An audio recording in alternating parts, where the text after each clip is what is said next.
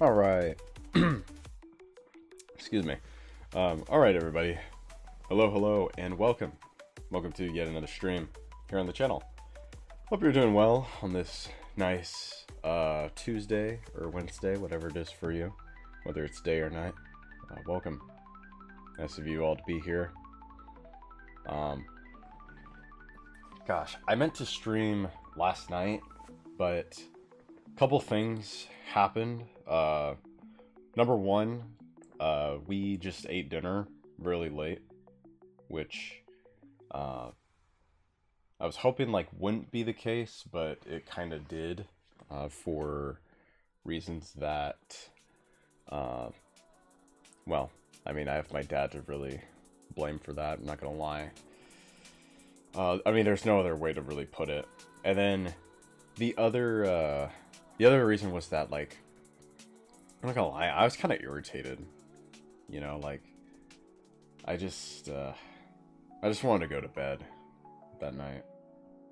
And if I went on the stream and I wanted to play Republic Commandos with you guys, and I kind of remember, I never finished the game, but I remember the game being somewhat challenging, at least in the part that I left off on. Am I inverted? I think so. Wait, no I'm not. Yeah. Weird. Okay. Well, anyways. Yeah, I was just irritated from all that, you know, having dinner so late and just... Also, as far as, what we were having to, he wanted to, bake chicken from the oven and stuff. He had this whole process and all that, and I was like, oh my gosh. You know. It was longing, repetitive, but it is what it is. Anyways, so to kind of make it up to you guys, we're gonna go ahead and have 2 streams for today. I wanted to do Republic Commandos, but I was stuck on the Xbox sign-in screen on my 360, so we're just gonna go ahead and have a a little react stream. I've been wanting to do another one for a while. I wasn't sure if I was gonna do one over the weekend, on Sunday. When was my last stream actually? Was that Saturday? I don't remember, but yeah, I wanted to do potentially another one, and then yesterday I was like, oh yeah, I remember we have Republic Commandos. I want to actually I want to play that, but I guess that's not gonna happen. Hopefully tonight we can play it. But if we're stuck at the sign-in screen again, I guess, I mean, I was thinking about maybe building the Zeta Gundam Verka, which is if any of you are on the Discord server, you'll know that I posted that yesterday. I didn't think I was gonna buy it, but I did. Okay. I ended up buying it. My first Verka, I know. I was hoping my first would be the Wing Zero EW, but no, it turned out to be the Zeta, which I'm fine with. I've heard great things about the Zeta Verka in particular. But anyways, that's pretty much it. We might do a build, like I said, tonight. If not, tomorrow, we'll build the Zeta Verka. And that's just kind of what we're going to be doing. Yeah, so let's just, let's go ahead and get started here, guys. Let's just get this show on the road. Okay. Alright. Okay, so this is one I've saved on here. The Gunpla the Gunpla we wish Bandai would make. Now I have plenty of Gunpla that I would like to see. In particular, a fan favorite would be the high grade Tequila Gundam. I'm sure that would be a P Bandai exclusive, but hey, it would be something rather than nothing, I suppose. Also, by the way, guys, I have a. Guys, so some of you may have seen this image that I posted on I can't even see. my Gunpla wish list, and then I also Hold invited up. you guys to share your wish list as well. It got quite a lot of Hold traction, up. especially on Twitter, but on I think Hold up. Okay. Facebook and YouTube, it was there. No. A lot of you guys comment. Thank you. I was gonna say, I have a cup of yogurt and berries here, so if you hear any clanking going on in the background, that would probably be why, right? All right, let me Hey, what's going back on, up guys? here. So some of you may have seen this image that I posted online of my Gunpla wish list, and then I also invited you guys to share your wish list as well. It got quite a lot of traction, my laptop. especially on Twitter, but on I think Facebook and YouTube, it was there as well. A lot of you guys commented or made your own wish list images. And I thought in this video it'd be fun to kind of take a look just through mine and then through some of yours as well, what some of you guys shared that were on your wish list. And so I just want to give a special shout out as well, just because I've got my Discord server with all my awesome Patreon supporters on there. And this was actually an idea that I kind of adapted from something that was shared by someone there in the Discord. So shout out to everybody there in the Discord. Awesome group of people there. So for my personal wish list here, just kind of all right, big ups. I have the ops list there for an HG Mechanics, and the HG Mechanics line is a Who do we line that have? only, I think, has 3 releases ever, and it's been a long, long, long time. Let's back up there a bit. So we have, so I don't know what did he say this was? Like an obelisk or something? I'm trying to remember. Is this the thing from 08th MS Team? I remember something like big, like flying in the sky. You know, kind of looked like this.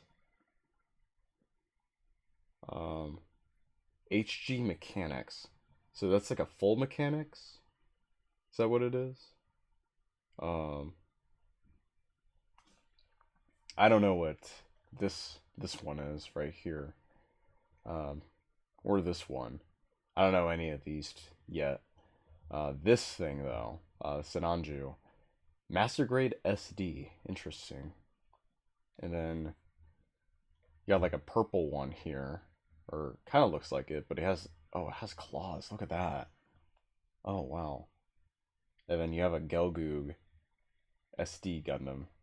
That only, I think, has 3 releases ever, and it's been a long, long, long time since Bandai has released anything in the HG Mechanics line. So I would love to see that line. Oh, HG Mechanics. Never mind. Like mobile armors, and then they're made in like a much smaller scale, like 1/550 scale, something like that. So I mean, I love the Obsolist design, really kind of any of the Obsolist designs. But that's just one of many great candidates that I feel like would be good for the HG Mechanics line if it were to make a comeback. That is from 08th MS Team. HG Siscade. Right. Now the Siscade was a design that I didn't expect that we might ever get a model kit of, but then we did actually get both versions out in the SD Cross Silhouette line back a few years back, not too long ago. And I say that Siscade any time recently. It's been a long time. I wish that those would at least get reprinted. Anyway, since Bandai had enough confidence to release those as SD Cross Silhouette kits, it would be nice to see those actually produced in like full scale, and like an HG I think would make a lot of sense. Oh my god. That is a big ass gun. Like, you got the, like, look at all the ammo belt, you know, feeding into it. God. Oh my lord. That is so big. Probably it would be P Bandai, but it's such a cool design, and I think we're gonna see a lot of these on here where they're like SD designs that we would like to see in like kind of full proportions. I know the Knight was one I saw on a couple people's lists as well. The Knight. There's a few of those that I think would make good candidates. That looked like an actual Knight. 100 release of the Hygog. Honestly, I would the Hygog.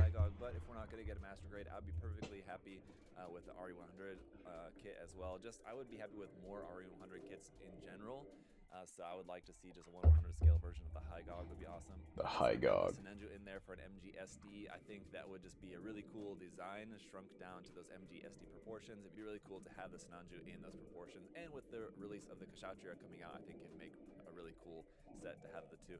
That's still a very young line, and we kind of really still don't know a whole lot about kind of what to expect that Bandai might do with that line. You know, from release to release, it's very hard to predict. Yeah. Sinanju is definitely one that I would love to see. I got the MG Rose and Zulu. I will say, having an MGSD Kshatriya, that's that's pretty ambitious, you know? Because I mean, I've seen like a box for the high grade Kshatriya, every now and then at Hobby Lobby. Like I don't see it often, but anytime I do, I've probably only like seen it twice, since like last year or so. But yeah, it's a pretty big kit. So thinking about like the size, the pieces, and all of that, and then shrinking it all down to whatever scale MGSD is at. I mean, I'm sure like everybody and their mother like wants a master grade Kshatriya, and that's why they all go for like the third party and stuff. But I don't know. I don't know. I think something for as massive as the Kshatriya to be shrunk down, I don't know, pretty wild. On there, of course, you guys know I love the Rosen Zulu. I would love a 100 Rosen Zulu. Again, it's the case where like if it happened to be RE100 kit, I'd be perfectly fine with that. Well, a Master Grade kit would be really cool, and then I think also if they're making a Rosen Zulu, they could also make a Gira Zulu. They could make a Z Zulu. There's done. Oh my god! Kind of variants that they could make maybe based off of a Master Grade Zulu frame. Those look like power really suits. All that likely, but it does seem like a Gira Zulu MG would have been something that we would have seen by now, considering that we've got 3 different versions of the Master Grade Rezel from the Unicorn series. It does honestly feel a little one-sided. Then old Rezel. Just for the SD cross silhouette line. Speaking of that cross silhouette line, I've got the Gelgoog on here. I am not a huge SD person fan, as I always remind you guys, but the SD cross silhouette line I really do quite like a lot.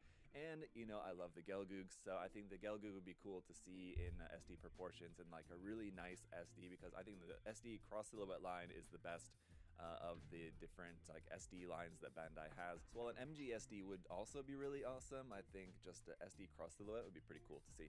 Okay, so taking a look at some of your guys' lists now. This one's pretty interesting because we've got the Hazelclay on there. What we got? MG. That would be really awesome. I think someone sent me a screenshot of this before. This thing right here.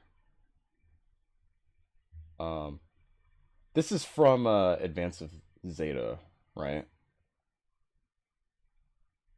I could be wrong. I could be totally wrong.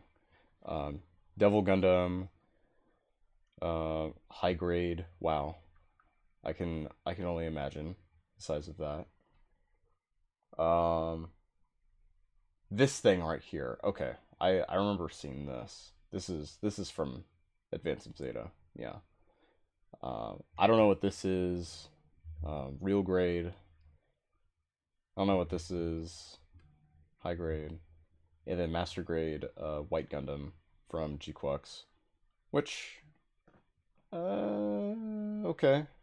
Okay, I could maybe see. I could maybe see that in like the near future. At some point we'll get a Woundwort MG kit, but I'm just not sure if and when, you know, that might actually happen. I have a feeling about it. The Hazelclay, though, I would say is probably much less likely. Also, the HG Future Century Devil Gundam, that's one that I know a lot of people, I've just heard for a long time, people want a nice new HG Devil Gundam. That's probably going to be P Bandai. Something that I think there's a lot of appetite for. God. I just don't know if it's very likely. Actually, I don't know. The whole point of these lists was not for like, you know, make your predictions as to what you think Bandai. I feel like they would though. So it doesn't have to be like realistic predictions. It's just kind of what you want, right? But I have seen there's a lot. I'm not too sure. Want a new new Devil Gundam kit, and I think it would be really cool. I agree. The other thing that I thought was really interesting on this list was the RG XS Gundam. I think that would be really cool. I love the XS design. It is a bigger The mold suit, so XS. even though it's a really like complex, Is it made out of suit, like even XS shrunk it down at pieces or 1/44 something? scale, it's not quite as small as something like the RG Crossbone is like tiny. The XS is a pretty large Gundam, so even at 1/44 scale, I think Bandai would have enough space in there to make it as complex as it needs to be an RG. So I think it's possible, and I would really like to see it. I think it's very unlikely, but you know, we can dream. This next one's got some really interesting stuff in the HD mechanics slot. Of course. Of course. Of course it was gonna be on there. Okay. I don't know what this is. Tequila Gundam. I don't know. That looks like a Zaku, but I'm not really familiar with that. RE100 White Gundam. That thing. I can't. The Wonewart, right? That's what it's called. I don't know. I forgot already. And then what is that? GM? Like a GM sniper? Well, no, we already have the GM sniper. The master grade.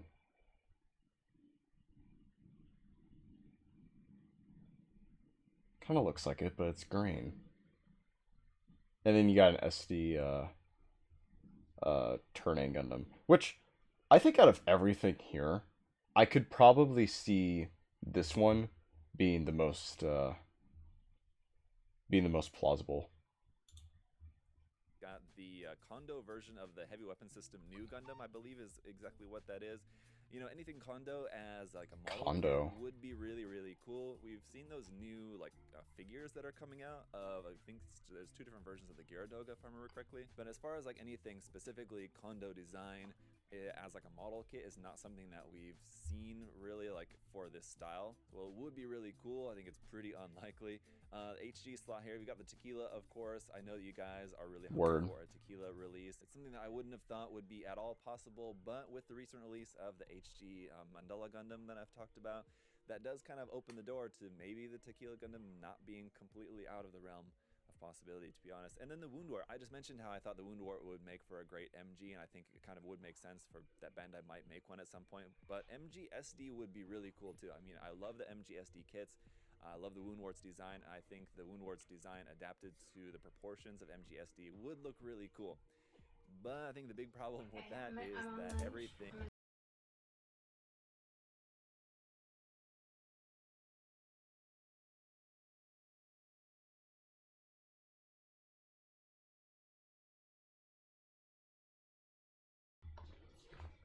Alright, sorry guys. Let's continue. That's Advanced Zeta is just going to be premium Bandai, and so far we haven't seen, I don't think, like, as far as like anything MGSD being premium Bandai, we obviously haven't seen anything that's like a full, like, completely new release like we sometimes see with HG kits being as a P Bandai.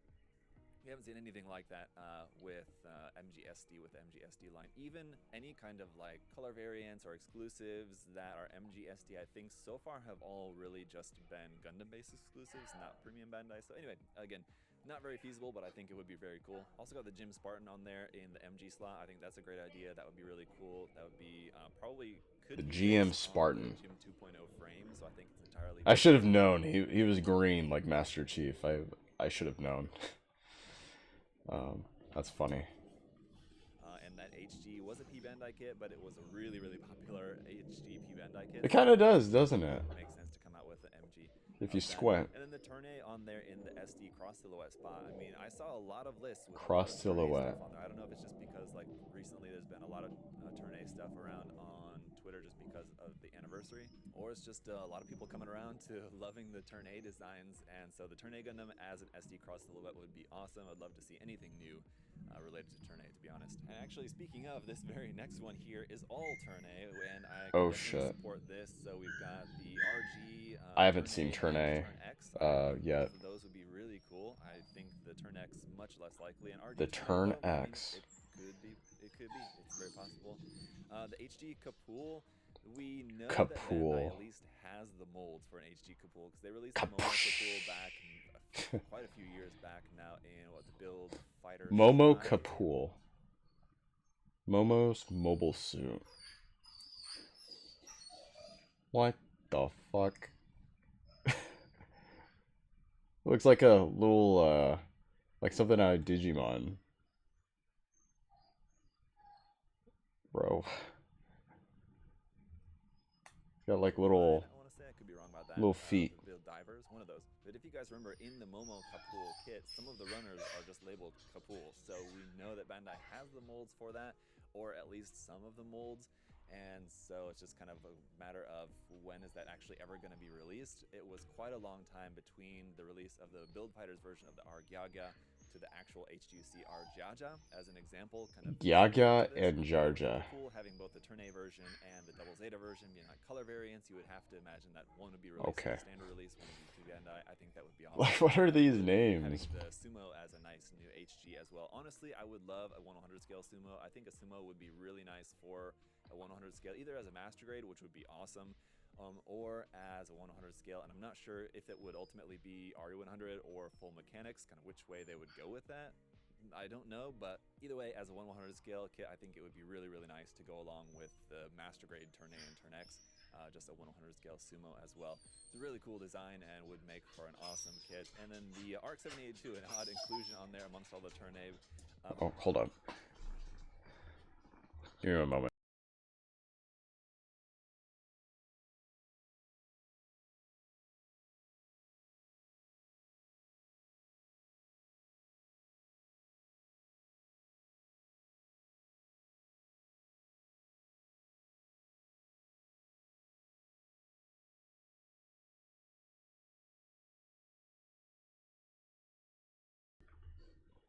All right, let's resume.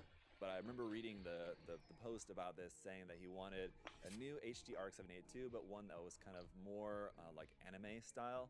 And I could definitely get behind that. I mean, I think a lot of people's reaction would be like, we don't need any more HD ARC 782 Gundams, which I get. One that's but more I mean, anime it would style. be pretty cool to have that as an option, as a model kit.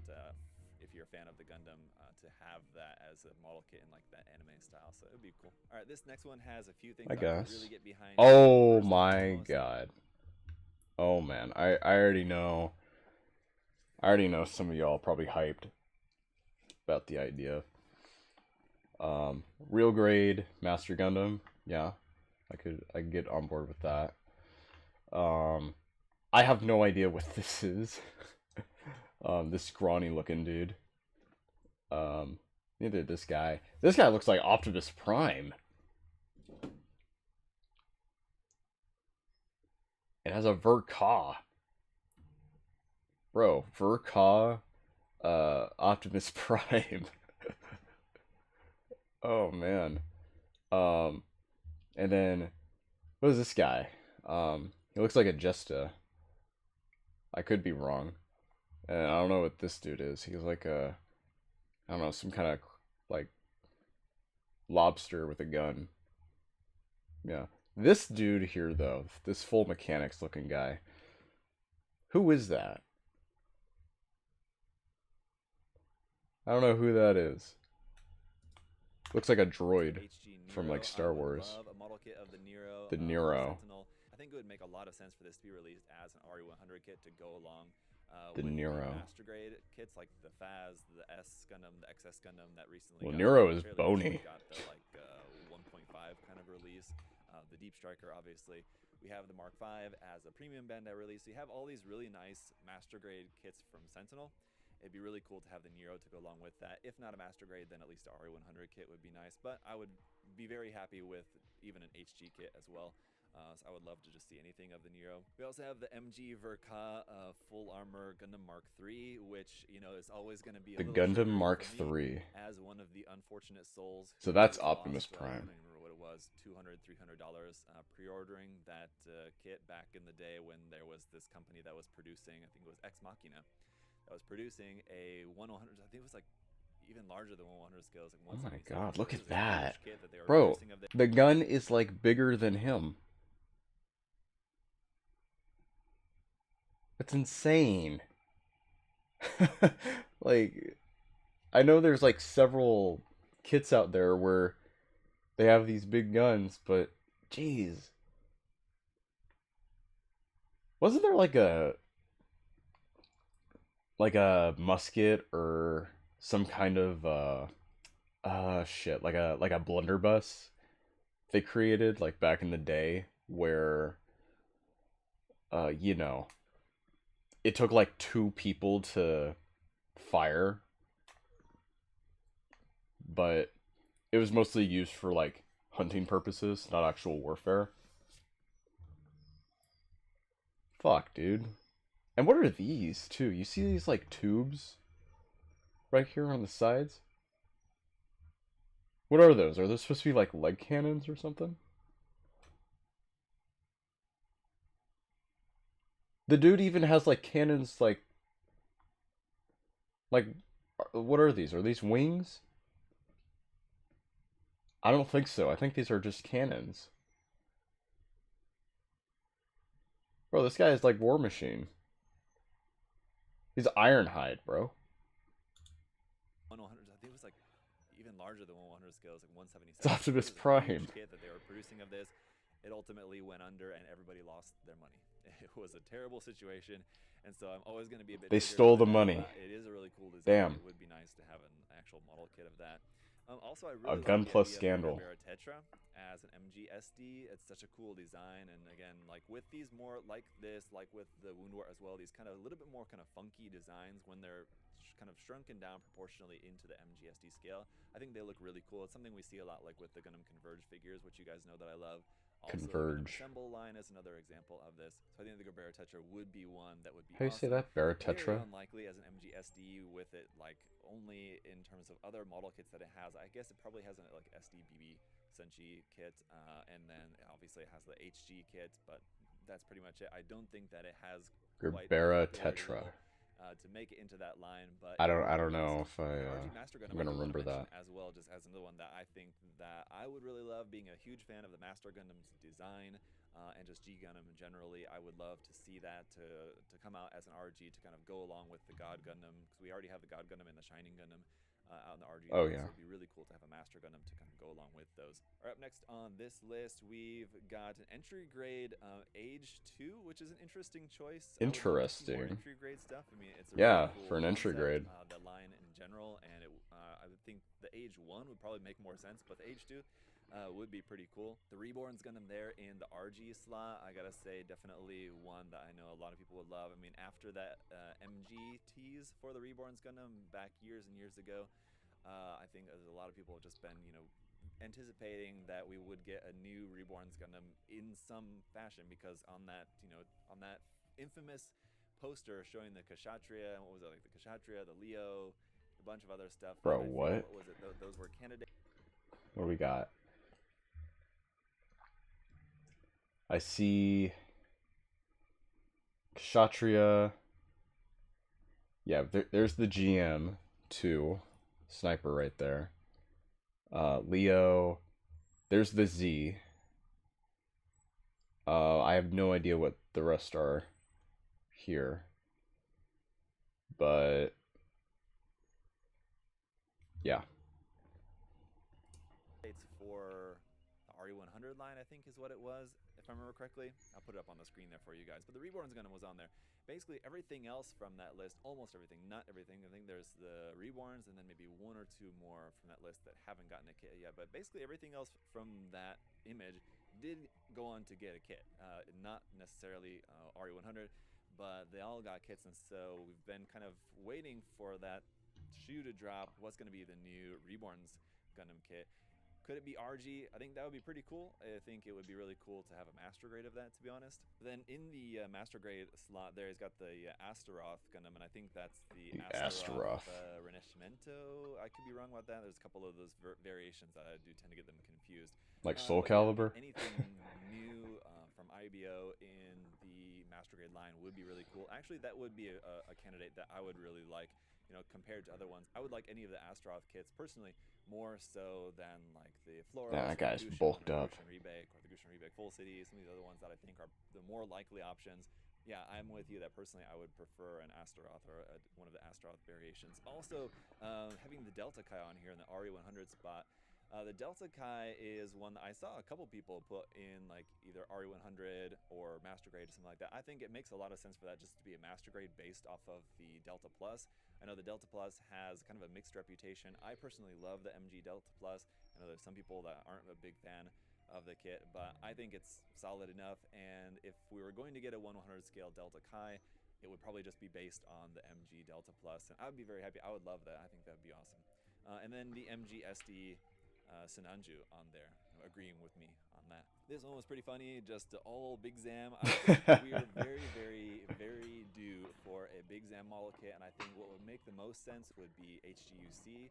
I mean, if they were going to bring back the HD Mechanics line, that'd be great. I think it'd make a good candidate for that. It wouldn't be very big, but I think we've seen Bandai make larger HG kits like the Destroy Gundam not that long ago, the Psycho Gundam Mark II, even more recent. So something kind of a similar size to that for like an HG Big Zam, I think is completely possible. And with it being like kind of like, Have they ever done anything with the Big Zam? I'm not talking like decades ago. I'm talking like recently.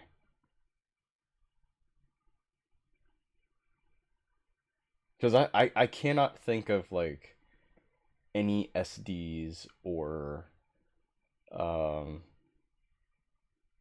like high grades or anything like that. And I find it weird too. It's like a ship. I always thought of the Zam to be kind of like a more of a ship, not necessarily a mobile suit, but I don't know. I mean, it does have claws. It's like big bosses from the original series and a very popular design. I think we're really overdue for a new Big Zam Big kit. bosses. I think for anything else, RG, MG, MG for Ka, MG EX, Perfect Grade Unleashed, obviously much less likely, but for Yeah, HG, those honestly, clawed feet. it's very possible. But all right, let's take a look at it. Just a couple more here. The Jamru Fin in the HD Mechanics slot is an interesting choice. I really like the design. There is a model I don't kit know any this. of It's these. an older, like 80s kit, you know, kind of like a janky one, but having a nice new kit of that would be cool. This one, again, either HD Mechanics or just HGUC, I think could be really cool. Having a nice new kit of the Jamru Fin would be cool. It's a cool design. Again, the sumo on here in the RE100 spot, I can't argue with that. Would love to see a sumo. MG Kapul. Now, an HG Kapul, like I was just talking about a few minutes ago, very likely, and I think would make a lot of sense. But an MG Kapul, I mean, I would love it. I think it's much less likely, but I would love it. I love the Kapul design, and I would love to see that. An interesting choice in here too for SD cross silhouette is the Gundam Aquarius. This is another one of those SD designs. I actually Aquarius. did an old SD BB Senshi kit of the Aquarius. It's a really interesting like side story design from Gundam Wing. I think it's just from one of like the G generation games or something, but it would be really cool to see that as a SD cross silhouette, like a new SD kit of that. Otherwise, I would love to see that again in like kind of full scale, like either HG, which would probably make the most sense, or even a 1/100 scale as like a full mechanics, something like that would be pretty awesome. All right, this one is expanded and had some really cool stuff on here that I could definitely get behind. An HG mechanics of the Zammel, I would love. Perfect Grade Unleashed Zeta. Expanded Hold and up. had some really cool stuff on here that I could Oh man. I think that would be possible. As like the next PGU kit, I could totally see the Zeta. But that would be so ambitious because obviously the Zeta can transform in its Wave Rider form. So how they would do that with the transformation sequence, I don't know. But that would be crazy. Yeah. That's pretty much the only one I know out of this list. What is this right here? Oh, I guess this is the F91. Yeah. What's this though? That looks like a big old trash heap with like a cannon on top. What What is that? Definitely get behind an HD mechanics of the Zommel. I would love The this. I would love it Zommel. either as an HD mechanics or just as a full-on HG, because the Zommel's big, but it's not What is that that? big. I think it would, for just a Oh, regular look at HGC that. kit, I mean, it would definitely be, larger than usual, but not even anything close It's to like something like hunched the over. Psycho Gundam Mark II, which again was a very large HG that we recently got.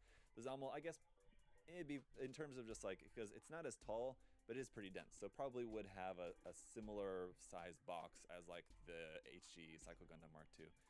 But yeah, it was almost a really cool design that just doesn't have like any Man. representation at all. You'd think It'd be with really all cool of to see these that. mobile suits, like at some point they had to have been like, damn, what else can we make? Like we had to have like thought of everything, like how these guys would look. And then they just kept making like more. Like they found a way to come up with like new designs. Like I would never have thought of this at all. But damn. Damn. Like I said, this guy looks like he came out of like some sort of trash heap, scrap yard. They threw a big old gun on it. Call it a day. Like damn. All right. An HGUC of that, I The think that Zommel. would make perfect sense. The I'm other gonna try one to right remember next to that. that too, the Gamalk, is another design that I would love to see a nice new model Zommel. kit of What the is that? Gamalk, whether it be Gamal? HGUC, which again would be a pretty big one, or HD Mechanics again for this one, with it being kind of in that size. It's not like a huge mobile armor, but it's pretty big. The Gamalk, I think it's not quite as tall as the Psycho Gundam Mark II. I could be wrong about that. I don't think it's quite that big, Oh, it's but a again, it big is one. quite bulky. But whatever the case, I would definitely love to see a nice new model kit version of the Gamalk. The Perfect Grade Unleashed Zeta is a really interesting choice. I think that could definitely happen with the Zeta Perfect Grade being pretty old, pretty dated at this point. I think doing a nice new updated version. I didn't even know they Perfect Grade made a Unleashed perfect grade. would be really nice. So I can definitely see that happening. The Biolarnt RG, I love the Biolarnt. I don't think that that's very likely to come out as an RG. If anything, I would love to see a 100 scale version of the Biolarnt, so that would probably be a good candidate for the RE100 line, I would think, and I would love to see it. SD Cross Silhouette Phaz, I think, would also be really cool. Again, pretty unlikely, but the Phaz is just The such a cool design. I mean, Phaz. having any new version of that would be very interesting, especially in like SD style. The Daryl Balde as an MG would be awesome. I do love the design, but considering we've not yet gotten any Witcher Mercury MG kits, again, that's just going to make it a little bit less likely. But like I've been saying, it doesn't mean that we can't hope. And then we'll maybe end with this one, which is another all Psycho Muzaku for all grades, all scales, and everything. And again, with this one being a design that I absolutely love, I would love to see this as well. Probably, I think this makes the most Dang, sense look at that. as an HGUC kit. All those legs, like like the most a likely, especially again with this one, not having like a any squid. representation other than an old 80s 144 scale model kit of it. I think it might be kind of interesting if they were to skip, like the normal progression would maybe be that it would get an HG. But maybe if they just kind of skipped over that and went right to like a MGSD, something very weird, I think would be really, really cool. With this being such an obscure design, though, I mean, I don't think that it would get an MGSD. Maybe a SD cross silhouette, like I said, with the Siskade being kind of an obscure one that ended up getting a cross silhouette release. The Saikomo Zaku, who knows, maybe. It could be cool. I think, yeah, the most likely would be HG, and I would love to see it. I love the design. It'd be really cool to see a nice new version of that. That's like something out of Also, Tron. make the Bishop version as well, which is like the version that The with, like, Bishop. upper body. Anyway, it's like similar. Yeah, that's to stuff that has, Taikomu. like, the normal legs, instead of, Zaku. like, the big booster legs. So anyway, guys, that was just taking a look at a handful Yeah, of it looks these. like There's a whole bunch more, like a especially Tron if you go character. on Twitter, if you check the post on Twitter and just look through some of the replies and some of the reposts. Master Grade there's a bunch SD of Moon. in on making their list, and a lot of really cool, a lot of really interesting stuff on that list as well. So maybe, hopefully, somebody at Bandai maybe saw that list as well and kind of got some good feedback from us in the community. But yeah, you can also leave your list in the comments section down below. What are some of the kits that you would love to see? I mean, like in your dream perfect world where you could just imagine anything and just make it happen, what would you love to see? Let me know in the comments. And that's gonna do it for today's video, guys. Thought it would just be fun to just kind of take a look through some of those. So thank you to everybody who kind of replied, made your list, and gave gave me some cool stuff to look through. And again, shout out to my awesome supporters over there on Patreon in the Discord. Thank you to USA Gundam Store, as always, for making it all possible. Check the link in the video description for USA Gundam Store as well for more model kits, paints, tools, supplies, all that good stuff. And in the meantime, guys, if you wouldn't mind subscribing while you're here, leaving a like, I really appreciate all your support. See you next time. Later. Okay. There we go. Man. Neat little video, I guess.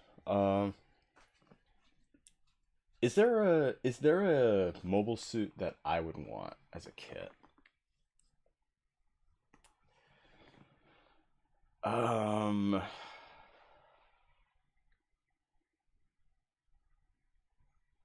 would say a real grade heavy arms EW. That's it. I mean, I'm pretty sure someone had said on the last build stream that they were going to make a high grade, but I could easily see like a real grade being a thing. That'd be pretty cool. That's about it. Yeah. Alright, so God, my laptop is slow. I think it's just because of like how old it is. I'm gonna eat some of my yogurt. I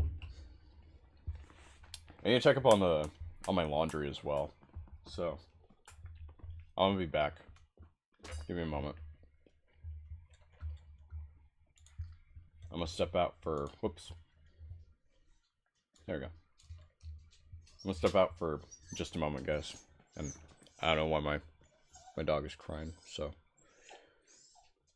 yeah, I'll be back.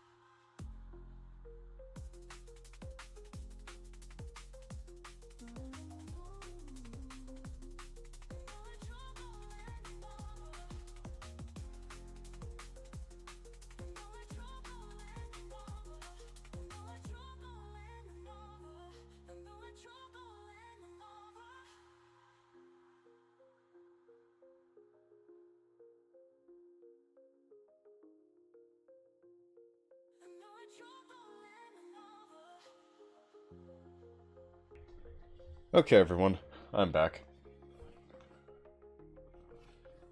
Hope you've been good. No, no shenanigans while I was gone. Okay. Let's see. Alright.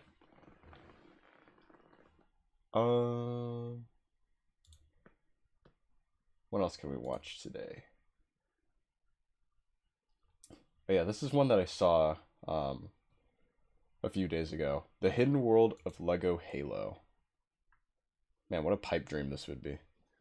I remember, like, back in the day, there was, In 2014, when I was there 12 was, years old, I decided to scroll Netflix, and I saw a show that looked like Halo. Now, back when I was 12, yeah, I I never did played too. Halo. But anyways, as I was saying, um, there was a video that was out. It was by these people, game trailers. Yeah, I think that's the name of the channel. And they did like this Lego Halo stop motion, like red versus blue, capture the flag, kind of stop motion animation, and all the Spartans were Lego, right? And it was crazy, with like the amount of like attention to detail they did for like the game mechanics and just having some of that like fun charm uh humor that's kind of associated with Lego. It was pretty fun. It was fun to watch at the time. And, I've kind of thought to myself like, man, are they ever going to like do a Lego Halo? Like would they ever? And obviously not because, Halo is a lot more mature. There's guns and all that kind of stuff. We have Mega or like Mega Blocks or Mega Constructs, whatever they're called these days, but um Lego Halo, it's kind of like this underground thing that's been going on for years. In 2014, when I was 12 years old, I decided to scroll Netflix, and I saw a show that looked like Halo. Now, Yeah. back when I was 12, I had never played Halo. I never had interest in Halo. I thought Halo sucked. Damn. Through this weird show with a red and blue guy, I started kind of finding a love for it. Now, what I found was, of course, known as How Red do you Alert, say Halo which is not an official sucks? Halo license. It was just a I little mean, machinima show that got maybe you famous. could get away with that now, That but show did spark like my back interest in then? the franchise. Slowly but surely, I would make my way through the Halo games, including 5, which I wasn't too big of a fan of. But nevertheless, I did find a giant love for the franchise. But one thing always bothered me, and that was there was no Lego sets for it. However, as I'm sure everyone knows, another brick building company did have the license, none other than Mega Bloks. Yeah. Now, controversially, I actually really like Halo Mega Bloks. I think Mega did an incredible job. That with the ain't license, and I fully controversial. support buying their products, except you can't buy the product. You see, a couple of years ago, Mega started being really, really lame with the Halo license, and seemingly is getting rebranded and not even making Halo sets anymore.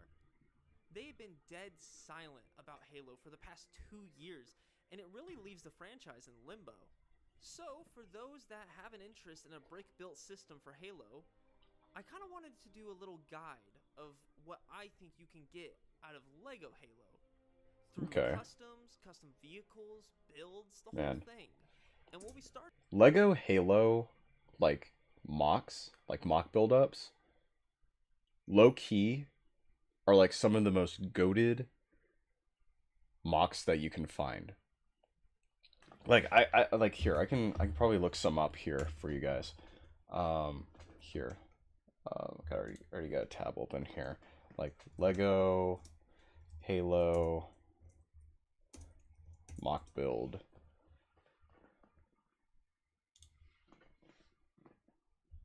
And you can just see like, oh man, like somebody did Master Chief. Somebody did like an actual like buildable Master Chief. Oh, and from the Green Goblin set. Yeah, they gave him like a plasma pistol or something. Hey, what's good, Toki? Nice to see you here. Man, hope you're doing good today. It's always a pleasure. Oh, this guy. I remember this one. He did like an entire like table of just what was it, New Mombasa? Or no, the Silent Cartographer. I thought someone did New Mombasa. You know what? I'm sure they did. I'm sure someone did. You know, warthogs. Oh yeah, here's like the wasp. Someone did. Yeah, man. Like Halo fans have had some charm with Lego over the last nearly like 2 decades now.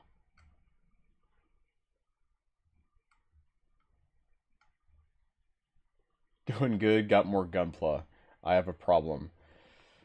Uh, man. No, I don't think that's a problem. I think it's a problem only if you let it become a problem. Or let it be a problem.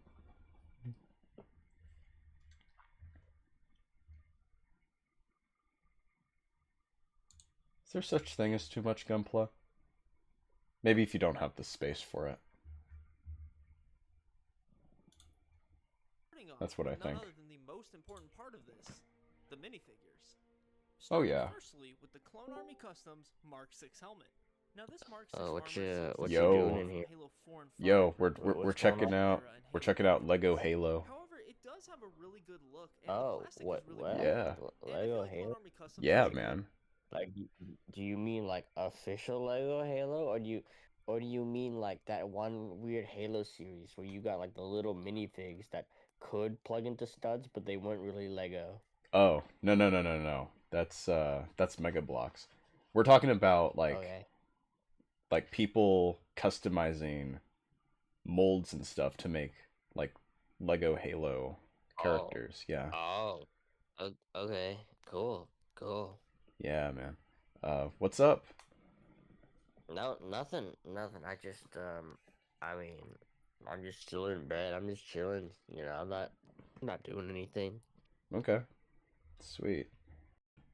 Yeah. Yeah, I just saw that you were in here because I saw a thing while I was scrolling. So I think my man would like this, and I posted it in the channel, and Oh then I was shoot. like, wait, he's in here. Yeah, and I'm like, oh, might as well say hello, see what you're up to, stuff like that. What do we got here? Elige con quién tener una cita. So it's Daniel o just the Miku. Si KFC eliges a shit, Miku, like Spanish KFC. este te rechazará. Si eliges a Daniel, este te ofrecerá unas raffles. Si las rechazas, Daniel te meterá en la bolsa y te dejará ahí encerrado por siempre. Si las aceptas, Daniel te llevará a un KFC y te invitará a 5 sándwiches Raffles York queso. Te los llenará de Raffles y cuando te los termines, te dará un beso sabor pollo frito York queso. What? Yeah, man. La bolsa y te dejará ahí encerrado por siempre. Si las aceptas, Daniel te llevará a un KFC y te invitará a 5 sándwiches Raffles York queso. Te los llenará de Raffles y cuando te los termines, te dará un beso sabor pollo frito York queso. Man, we don't even have a Ruffles sandwich like that in the US.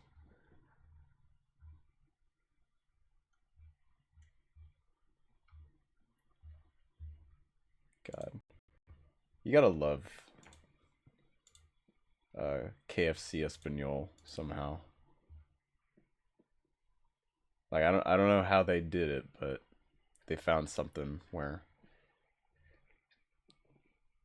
they were able to like advertise with the meme culture.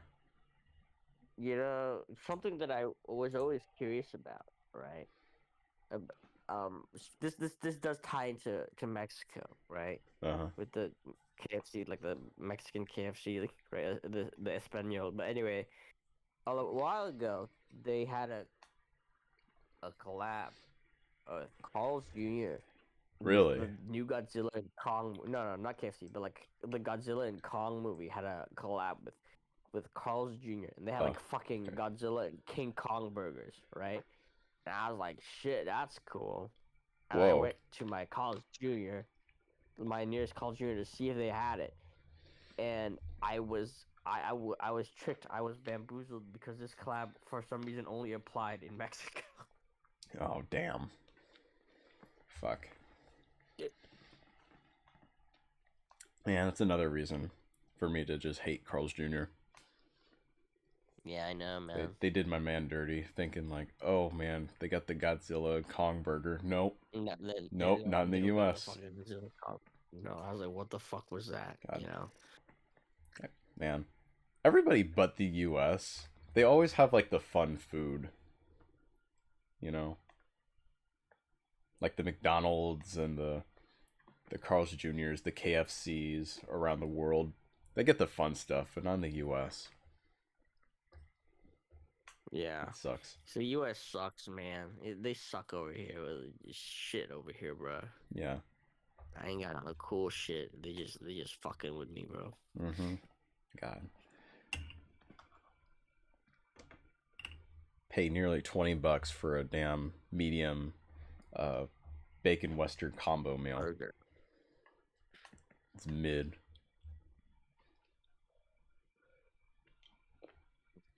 Unbelievable.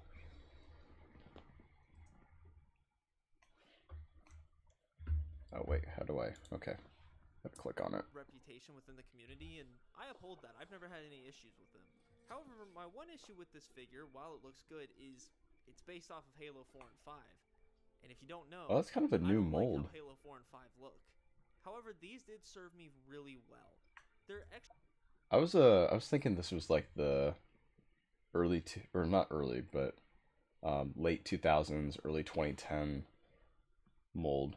But wow, these guys have came quite a long way. I like it though.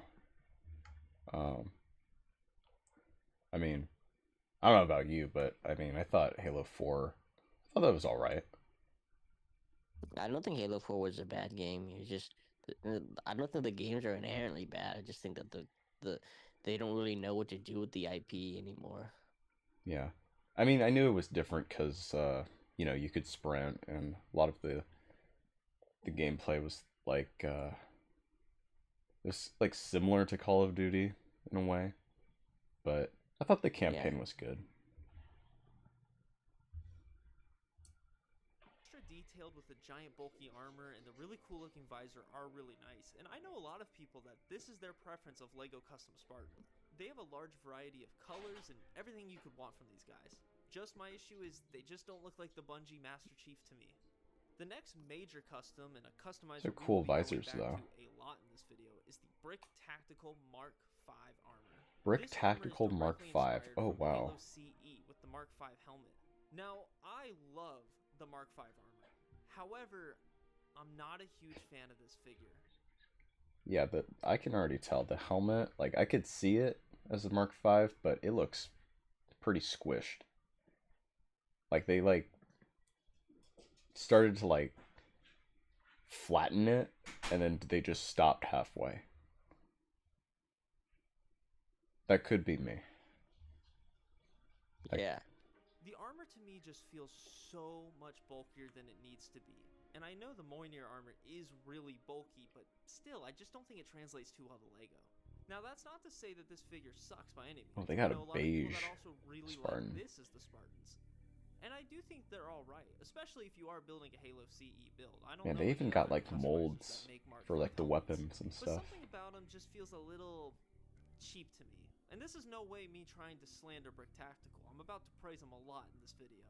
But this leads us to our last and my personal favorite customizer, Brickforge. Oh yeah, See, all the way back Brickforge. in about 2009, I believe, Brickforge came out with the Mark 6 armor. This is Iconic. my favorite type of custom Halo armor. To Classic. me, it just feels so much like an actual LEGO product. It's simple, it's lean, and it's clean. You can get this in a variety of colors. However, I will say yeah. Brickforge does not restock on the colors very often. So if you see a color you want, you better buy it. Brickforge, You know, they I do think a lot of stuff. I think that's the problem with these like little minifig things, is because they're too goddamn small. Like that's why they end up looking scrunched up like that. Like you said, they look like very like squished, and that makes sense because like you're putting them on little Legos, right? And they're too small to have like crazy detail or anything. Yeah.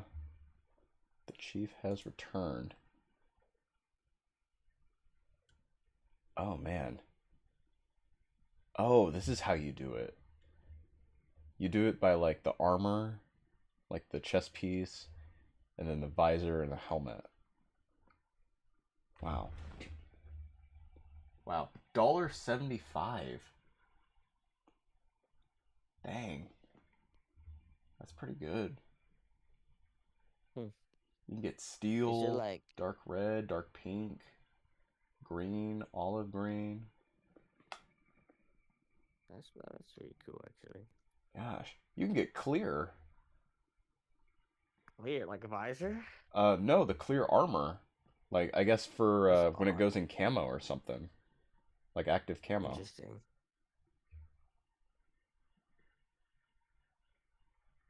Different visor colors, helmet colors. Man, that is cool. Where's the, do they have the weapons? Here, let me go to categories.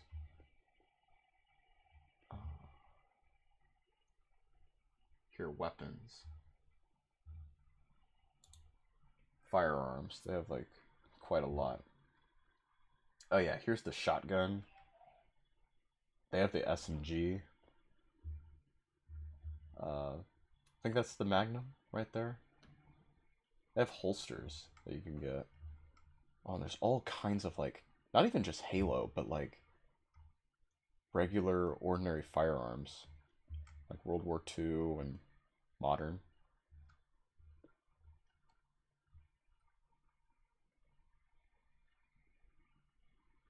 Wow.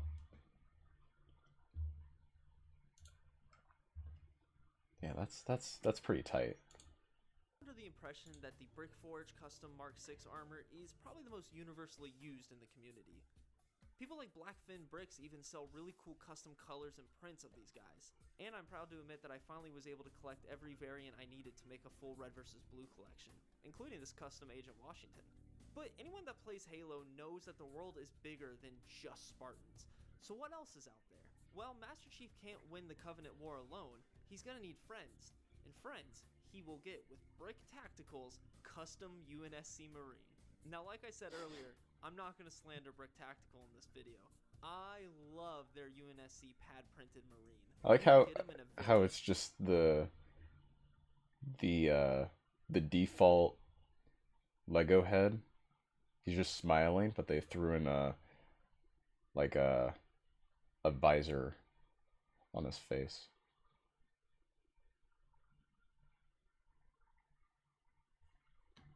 Like, I don't think I've ever seen a Marine in Halo actually just look like this, like smiling. Yeah, what's That's like? It's like funny. that thing. Like, what's there to smile about? Cuz Yeah. What do you have to smile about? Ain't got nothing to smile about. Yeah. But I don't know. I guess that's just Lego humor. colors and different skin tones. I just have a classic yellow one right here that I got at Atlanta BrickCon. I think this guy looks awesome, and it goes back to what I really like in customs. It looks like an actual Lego figure. Yeah. I think this guy looks great standing next to your Master Chief or fighting the Those Covenant. elites? But speaking of the Covenant, what about them?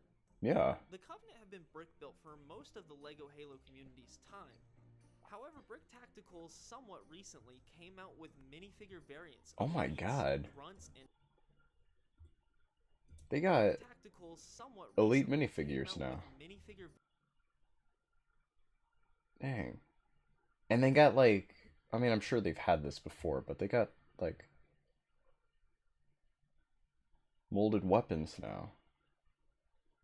It's like what, a plasma rifle? You got the needler. Oh my god. variants of elites. Like those are entirely new like leg sculpts. Those aren't even like, you know, the traditional legs. I wonder about Mega Bloks and Lego because Mega Bloks also have like the C cup hands, right? So They like kind of do, but they're molded to have fingers or look like they have yeah, fingers. Yeah, but they still got the C cup hands. So I was wondering if you could use the Mega Bloks guns and put them on Legos, because they still got the cylindrical shape, the hands to grab onto, right? Maybe you can. Maybe. I don't know if I've ever done that when I was a kid. Like take a Lego sword or something and give it to a Mega Bloks figure.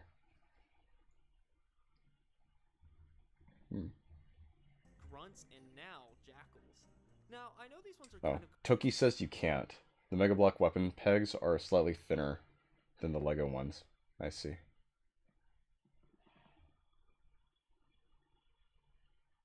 That's good to know, controversial. I As guess. think a lot of people really do Otherwise, like the brick-built maybe versions, there'd be and a they lead to, like, lawsuit or goofy something. calls. So for them to be way out of scale with figures makes sense. They're supposed to be huge. However, I do think there's a charm to these minifigure versions. They just with spin around grunts. in Lego I hands. even have a little silver one as my arbiter, which I think is fun.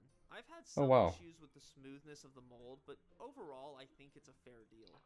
And the minifigure versions of the grunts, I think, look awesome. Oh, I man. actually really like That is them, a and they're cool very looking in scale grunt. with minifigures. But lastly, we need to focus on the specialty in LEGO Halo. None other than the ODSTs. These ODSTs come straight Baller. from Forge, and one Absolutely baller. They even got the ODSTs. Look at that one. It's black and gold. Wow. once again, I think Brickforge knocks it out of the park.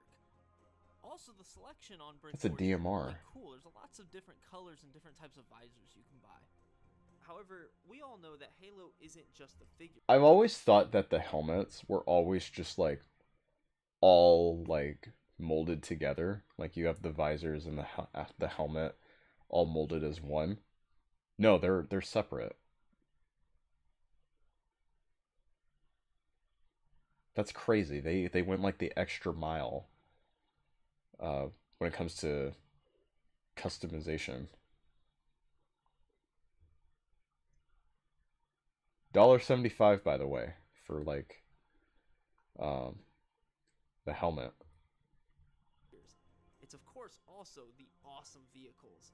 So the first vehicle I'm showing off is That's easily pretty good. probably the most iconic. None other than the Warthog. Yeah. This design is made by BrickTech Studios, who has tons of awesome LEGO Halo creations that you can buy instructions for. This Warthog costs about 35 to 40 bucks, but it could even be cheaper. I think that this thing absolutely rules, as it's almost perfectly minifigure scale. Room with a driver, Yeah, that's pretty a good. passenger, and somebody on the machine. That's been out for position. like a few In years front, now. You have two tow hooks that kind of look like tusks, and this thing rolls around great. It even has wheels that can kind of move up and down for Yeah. posing. The biggest thing I love about this is the actual. That'd be visible good for like a function. final A lot of custom Warthogs Warthog right now mission. use actual bricks because there's not really a good custom windshield design for the Warthog. Of course, the Really? machine gun can spin 360 Easier to have the helmet and around visor be different town, and molds? It's just a great time. This Warthog Oh, I guess absolutely so. rules. I Yeah. cannot recommend it enough. You should definitely give it a try. Of course, though, let's not just focus on the human vehicles. We need one of the other most iconic vehicles in Halo, the Covenant's Ghost. Now this Yeah, they Ghost wouldn't have to like do a masking now, coat. something I've neglected to mention is maybe one of the most important things to LEGO Halo, and one of my favorite videos ever on YouTube. Kuber Studios' Battle for the Brick, Built for Combat. Yes. This was an over This was it. LEGO stop motion of a red versus blue battle taking place on Zanzibar. From Oh Halo 2. man. This thing Nostalgic. is one of the big things that made me love Halo. And I'm sure anybody who's been in the LEGO community for some time has seen this.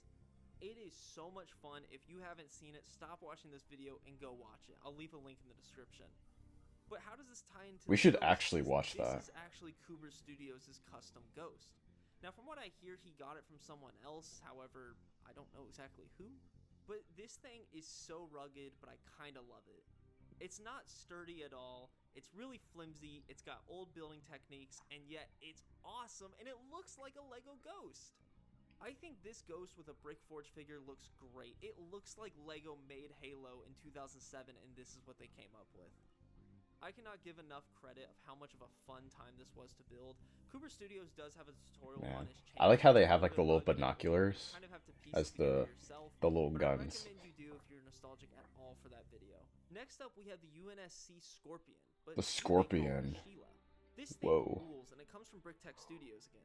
This is built out of mostly sand green bricks, which is alright. It's not completely accurate to the Halo games, but I think overall it looks good. I think I've seen The Halo 3 version with one the that's turret where you gray, can sit a Marine or a Spartan but in. Behind the turret, you actually I have like the a hatch green. that can open up where you can actually fit a Spartan inside, which is awesome considering how compact this thing is. Oh On man, top of the treads, just like in the game, you can sit other characters, 2 on each tread, which is really cool if you want to deck out your entire UNSC army to go blow up the Covenant to Kingdom Come.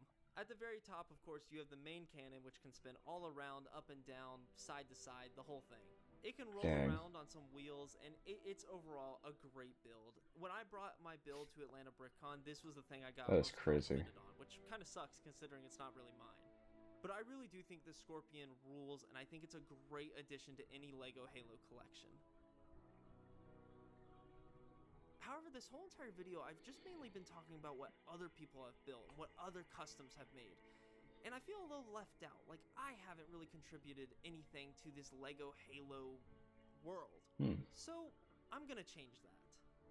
So, What are it you all doing? started making me think, what could I add into B? this LEGO Halo community? No, this guy. So many people have made awesome vehicles, and I'm not much of a builder. He's thinking There about was one what he wants place to that I contribute felt to like the nobody had really tackled LEGO that Halo much. community. The very thing that even got me into Halo.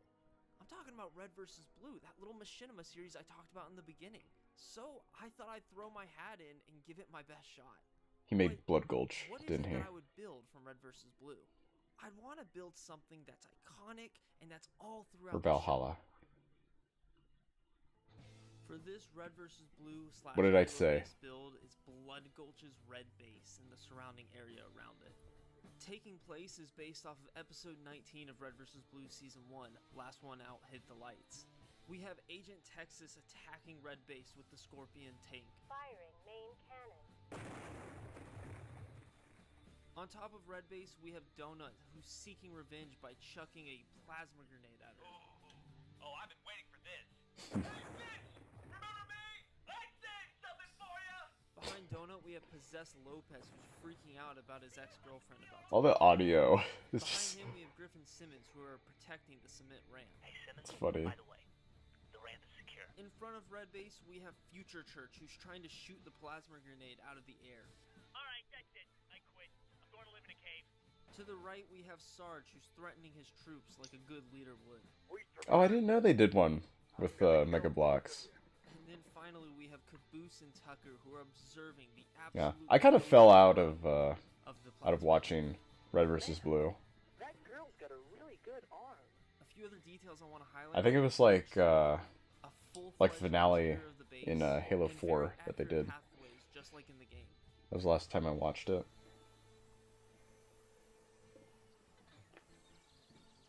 Hey. Yeah? You ever wonder why we're here?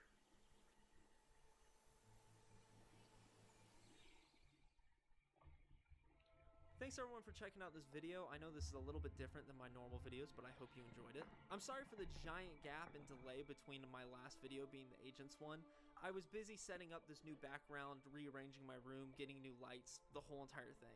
However, I can promise Season you that 14, a new episode retrospective 5. is coming out really soon, and I am Gotcha. very excited for it. So till then, guys, I'll see you in the next video. Okay, baller. Man. How nostalgic. Truly. I'm trying to think. There was like another guy. He did one. It wasn't Halo. It was Call of Duty. He did like a stop motion for like Call of Duty Black Ops or whatever it was. It was like maybe about like a little over a minute long, but you know, it had all sorts of action and stuff. Let's keep it going though. Let's keep the show on the road. What else do we have?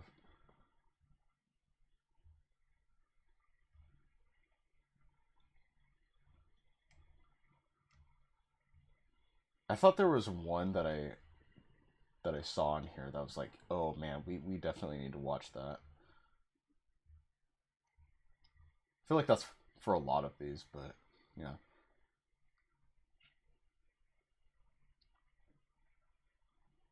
Okay, here's one. AP exams are pure misery. I swear, Y'all remember AP and exams? classes have to be one of the most grueling and miserable experiences I've ever had God. to go through in all my 13 years of school. Imagine God. coming up with a system And where the worst main part is that selling point of the class in is truth, decided by a AP single 3-hour exams test they have to don't complete matter during as much demon hours anymore. on a random Tuesday morning. Like, Yeah. they're all just to serve. Like, I took a bunch of AP classes and exams that actually tanked me. when in reality, I could have just gone to like normal, if not better, colleges if I had just taken the normal class. Yeah, I mean, I think probably out of all the AP exams I took, probably English was the one that I thought was like the most important. Yeah, because and AP English lets you skip a lot of stuff too. So Yeah. I mean, plus that whole like thing with like when COVID was going down, like, oh, how are we gonna do it, right? Like how are we gonna take our AP exams? Like we paid for them, stuff like that, right? Like they're gonna be canceled and stuff. Nope. yeah, you just took them online instead. Yeah, and that was a whole like dumpster fire too, because didn't like the tests get leaked or something like that? There was like a subreddit mogging Got on. leaked for like they got leaked for something else. Hmm. Yeah, they were mogging on like College Board over on Reddit. Yeah, Yeah, but they got anyways, leaked on. I'm not all the tests. I think like 2 tests. dang. Like 2 of the tests got leaked. I wish my tests got leaked, but unfortunately that shit didn't matter to me because none of my shit got leaked. I got like, yeah. Yeah, the end of the day, I think it didn't really matter for us. Yeah, it didn't really matter. Yeah. You know, what's funny is I took the AP French test ages ago, right? Hmm. And I didn't do so well. I got like a 2 or a 3, right? Some shit like that. I didn't do very well, so I couldn't like test out of language in college. Right, I got no credit for it in college, right? Hmm. But then college was around, right? And I was like, hey, on the off chance that I have to change my major, I'm gonna take the French test, right? Okay.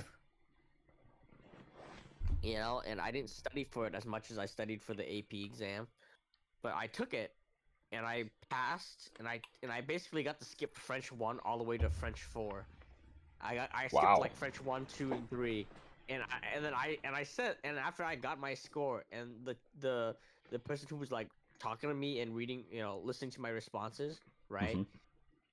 She's like, "Oh, you passed. You tested French 4." After she said that, I said to myself, "Man, the AP exam was a fucking scam.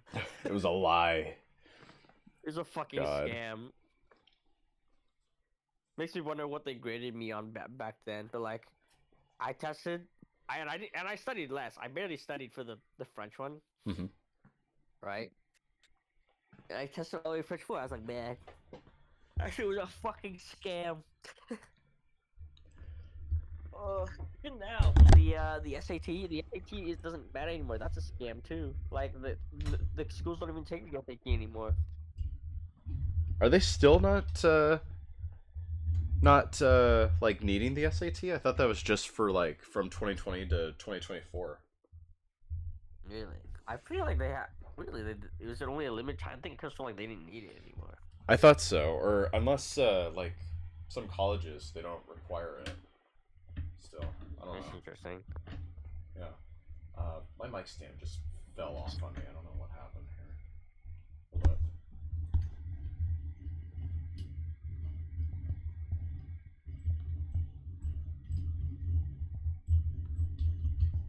Yeah, I was just moving around and then it just like popped off my desk. I don't know what happened here.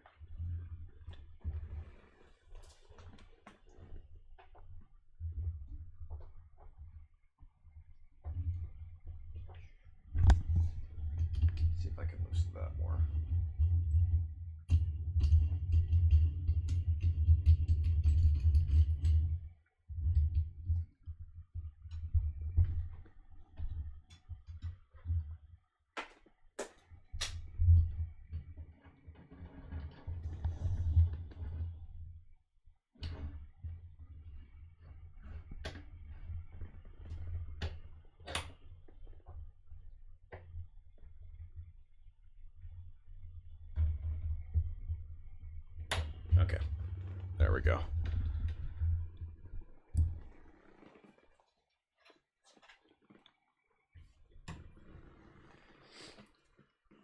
Alright, so, what is this guy rambling about? I swear, AP exams and AP classes have to be one of the most grueling and miserable experiences I've ever had to go through in all my 13 years of school. Imagine coming up with a system where the main selling point of the class is decided by a single 3-hour test they have to complete during demon hours on a random Tuesday morning. For those of you who've never heard about or taken an AP/advanced placement class before, it's basically a college level class that's offered in most US high schools that lets you also earn college credit. Now on paper, that sounds like a great idea. And with that, you get to have first-hand experience of college level classes and also get to save money later. Win-win for everybody. But what they don't tell you is that for you to actually get the college credit, you need to pass the AP exam with a score of 3 or above on a 5-point scale. And if you don't end up scoring well, congrats, buddy. You just wasted 9 months of your life doing absolutely nothing. I remember the weeks before the actual exams being some of the funniest shit ever. I'd pull up to the after-school review sessions and I'd see someone that never did a single assignment in the entire class suddenly turn into Ivy League scholars and start chopping it up with the teacher as if they've been best friends for the last 20 years. Like, son, where was all this energy during the Clash Royale tournaments that you kept hosting in the back of the class for the last 8 months? I swear, niggas will do anything besides actually study until the last femtosecond of time left, only to realize they haven't written a single page of notes since school started. Real quick, let me put you inside the mind of an AP student during test day. You walk into the room and everybody in there is utterly fried. They look like they just got done hitting that Flight Reacts Duck Pack 5 minutes ago. People are barely talking to each other. Everyone's eyes are red from the 2 minutes. Oh, hold up.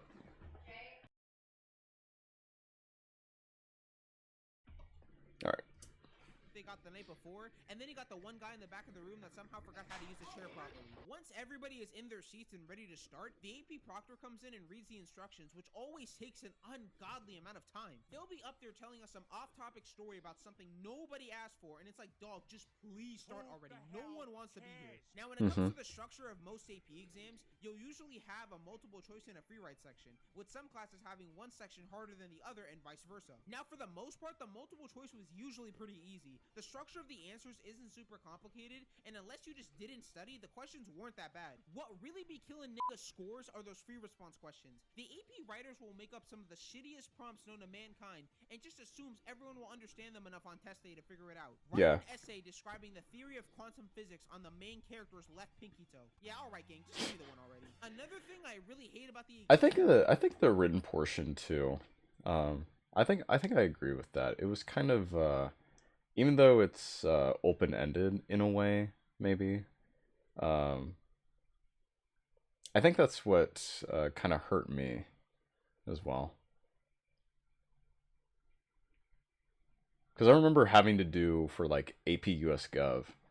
I think it was only I don't remember multiple choice being on the exam. Actually, I don't remember if multiple choice or something were, well, actually no, I don't want to say they were excluded during COVID, but I just remember for US Gov, it was mostly, or all of it was just written responses. But yeah, I mean, it would be just like these questions that are just like, whoa. You either like don't remember like covering that or something to like prepare you for those questions, or it'd be something that was like so vague. It could just be like, wow, like how do I approach this, because this could go like in multiple there's multiple avenues to just like answering this. And there's got to be like this one particular avenue that you got to choose. Like this one answer that you got to write for them to, them to give you a good score. I don't know why I did that. I was moving around there. money you have to spend for all of them. If you took on average 3 AP classes per year, you'd be paying up to around $500 total every single year. And that's just to even get the chance to attempt True. it. I know for a fact the College Board CEO gets geeked out of his mind and starts jumping for joy whenever he sees the check come in for the year's exams. I did around 10 AP classes total during all my 4 years Damn. of high school, and for the most part, I actually did pretty good on all of them. The first somewhat hard AP test I had to take was for AP World History. I remember the lead up to the exam being so petrifying because other kids that already took it kept telling me about how much torture they went through doing it. The way they were describing it, you would have thought King Von Sol was trapped inside the test papers, and if I didn't finish the exam in time, he'd rise up from the grave and air out the whole school. Man, I remember A Push, and what was the class like before that? Like human geography. Oh, like yeah, like geo honors. Geography, yeah. Yeah, like I remember in high school, those were the like a few of the courses that people were always talking about as like being like hard, rough, stressful. I had never taken them, but you know, I just took their word for it. I can only imagine though, like for something like geography, like apparently, you know the human geography teacher, that one Asian guy with glasses? What was his name? geography guy, the guy with glasses. I don't remember. Oh, well, I know a friend that I keep up with in Arcadia. We don't talk much. Like we just occasionally talk about gotcha games. Like we talk like maybe once every 2 to 3 months, right? Okay. But recently I found out that from Arcadia High there was she says here there are two. He says what is here? Let's see here. He said she mentioned, "Hey, bro, do you remember the weird ass AP Human Geography teacher?" I said, like, and I was like, "Yeah, what about him?" He says, "Apparently he was creepy with the Asian students." And I was like, "Was he?" And he's like, "Yeah, man." Oh, I didn't fucking know that. What was his name? He was like bald and he had glasses, right? And then she hit me with another fucking like crazy like truth bomb. She's like, the English teacher, the there was one English teacher who groomed and married a former student, and I was like, "What the fuck?" Wow. Farako. Farako. That's the name. That sounds of the English familiar. teacher. Farako. Farako groomed and married a student. Well, there you have it. Fuck, dude. I swear, ever since that stuff, like when we graduated with like Dylan and stuff, man, there's been all sorts of stories and things being thrown out. Didn't Dylan get arrested? He did. Yeah, they went to his house. Yeah. The cops got him. What did he get arrested for? For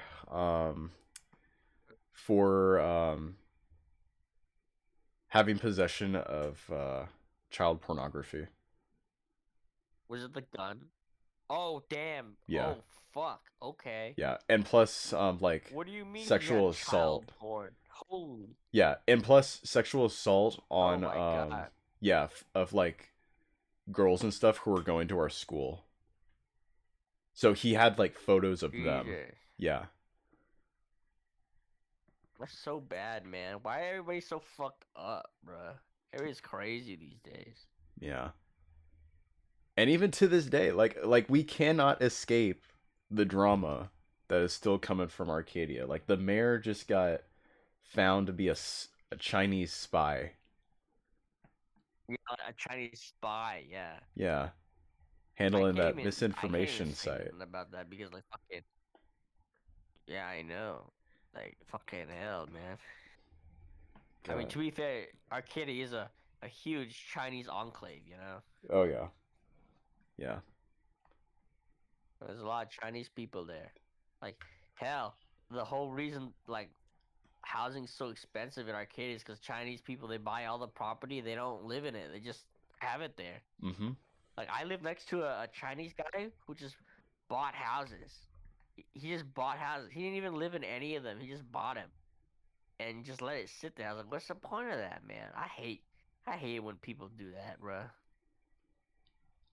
Yeah, they got this So house that crazy to they me. don't even they're not even using. Well, I mean, here's the other thing too that was going on because my dad, I mean, he found out Yeah. about this when we were living there, but like, and I didn't really think much of it at the time because I didn't necessarily like know because I was Yeah. pretty young. But like nowadays, I'm like, wow, that was actually happening. What people would do is that people would either like come in from China, they would have like work visas or something, Yeah. right? They'd have their Yeah. wife over and they would have these houses catered for like taking care of like their children that would be born in the US, Yeah. you know? Yeah. Yeah. So you have like undocumented like immigrants coming in and then they would like raise their Yeah. children to be like US citizens.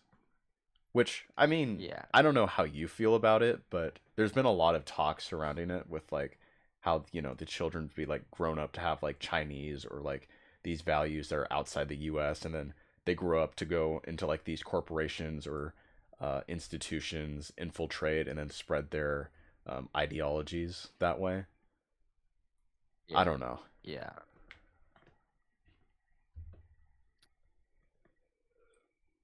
It's crazy. Personally, I think it's crazy. I mean, it, eh. I mean, people are free to say and believe whatever they want, right? Like you can't stop people from thinking or doing things. You know what I mean? It's Yeah. just wild. It's wild to me. Yeah.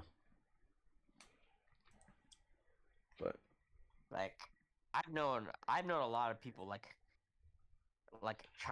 Chinese elitists throughout my time, and I was like, they're annoying, but like, what can you do? yeah, I mean, it's how it is out there, man. It's how it is. This is how it is out there. Yeah.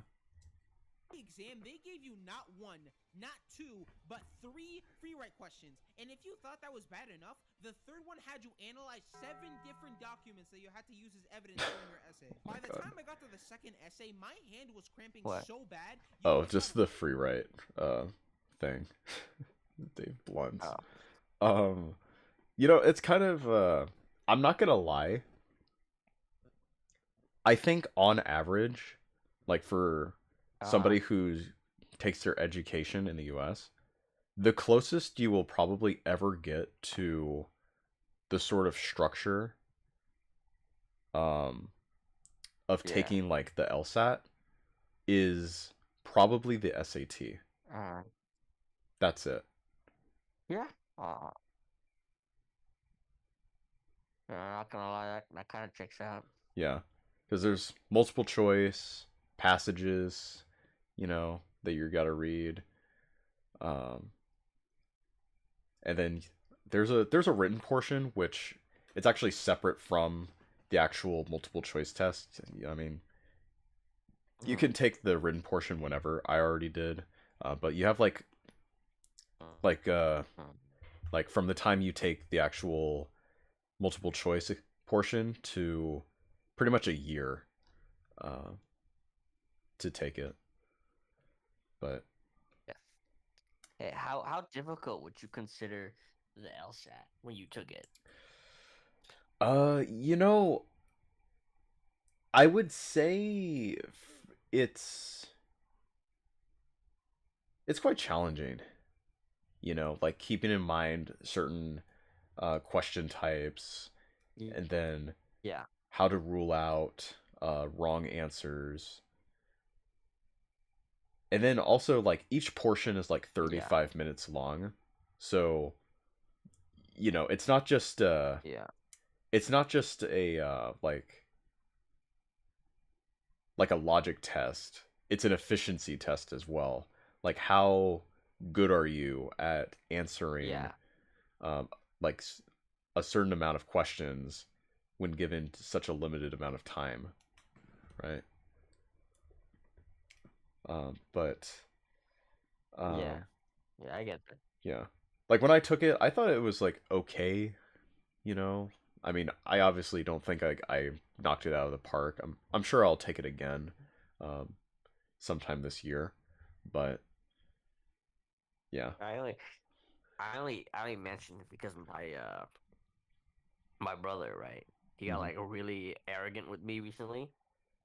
Um, so like we got into an argument, and he was like shitting on me, like, oh, you're like, oh yeah, oh yeah, sure, I got expelled, but I'm getting into law school and shit, and look at you, you're still not in dental school, and I'm like, oh, okay, man, like, and he's like, what are you doing with your life, dude? And I'm like, Oh. man, but I didn't want to say shit, but like, there's a lot of, yeah, right, and I was like, I didn't say anything because I Hmm. know that I shouldn't, right? Because I'm trying to be the better person here, Sure. but Yeah. when he said that shit, the first thing that popped into my head was that like I know that he's just saying this shit to make himself feel better because the dental school he got into was it was non-accredited. Mm, It's like the anybody will take you kind of school. You I know what I see. mean? Yeah. Man. Wait. And So he and applied to like dental school and law also like school? he took the LSAT twice. He did. Oh wow. Okay.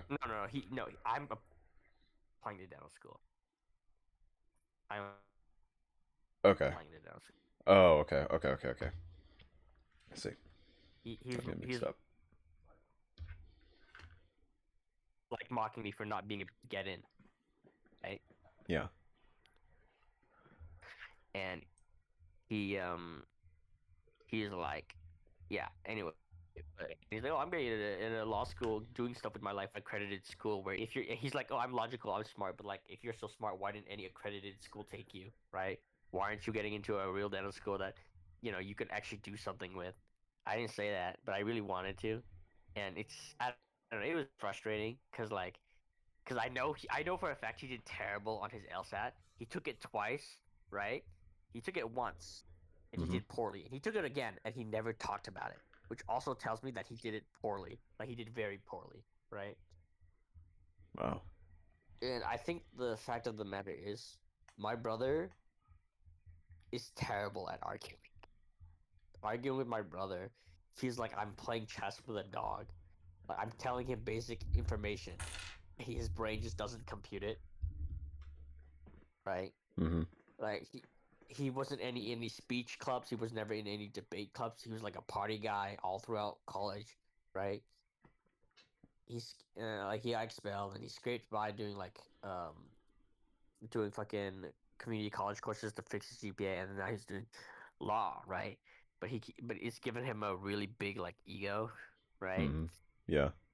So like I just hate hanging out with him. This is like, man, like he, you ever met a person who acts like they're like a grown up and says that they're a grown up, Yeah.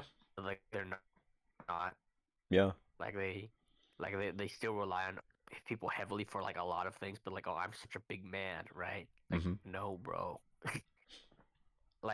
Hey, talking to my brother is like that, like 24/7. It's really annoying, right? I can't say anything because my mother's like, oh, you shouldn't say anything. He's your brother. I'm like, okay, sure, but my brother's like a fucking asshole, right? Right. I don't know. It's just, that's why I bring up the LSAT to see like what you thought of it, because Oh. Yeah. I mean, he acts like he's so smart and logical, but he couldn't do the LSAT, right? yeah. I mean, they'll throw you questions like in the I don't deny that the LSAT is a difficult exam, right? I'm not. yeah. Yeah. Oh, sorry. Oh, it's okay. Um. Uh, I, I was just saying. Oh, I would keep interrupting each other. You go first. You go first. Oh, okay. I wasn't sure if you were gonna say more, but I'll just say this. Like, yeah, they'll throw like questions at you like randomly, like um in the passages portion. There'll be like questions that are Uh, like of the following answers, which one would the author agree with, or based off of the third paragraph of the passage, um, which of the answer choices align with the author's uh like uh like argument or viewpoint. You know, things like that.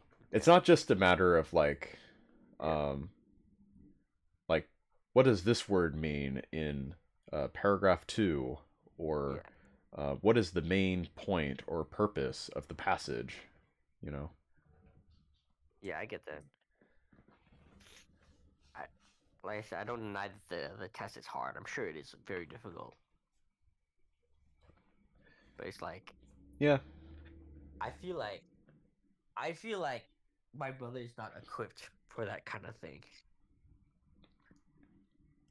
Like my brother struggles with actual basic listening comprehension and reading comprehension, and he has a very severe lack of like emotional maturity and empathy. That kind of person. He's like a big narcissist too, right?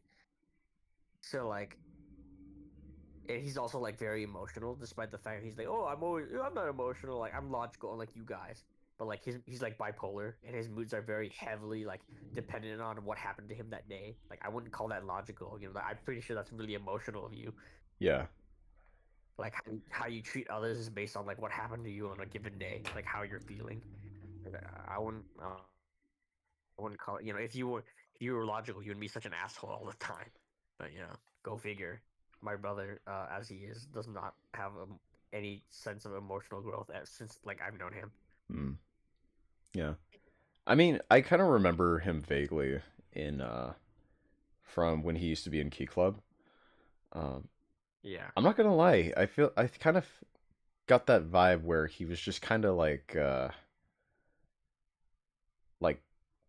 lax, but at the same time, just like uh, wasn't really one to really like kind of Yeah. be all that serious. No. Yeah. So something that what the hell? Like how we're just talking about this, and there's just this big image of Dave Blunt's on a hospital bed. Hey man, it's all Thumbs good. up.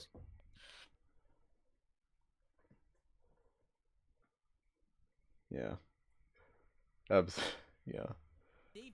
Yeah, I think some shit that really pissed me off is that my brother did like a law school like essay, right? He did like a little personal essay Okay.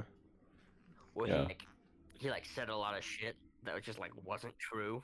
Like I read it and I had to like stand and like say to him pretend that it was a good essay, but it wasn't. Oh Not boy. because like it wasn't poorly written, because he used fucking AI. Like if you use AI, Oh sure. it's Yeah. gonna seem well written enough. You know what I mean? Yeah. Right? Not that it was poorly written. It's just that like, the content of the essay shows that he really didn't reflect at all on his life. Like you're supposed to reflect about your life and stuff like that in your essay and stuff like that. But like I read through it and I'm like, yeah, he didn't reflect at all. Like the stuff that he says does not reflect the kind of person that he is. It's just it's mind-boggling to me. It really is mind-boggling to me that like he had the audacity to put this shit on here.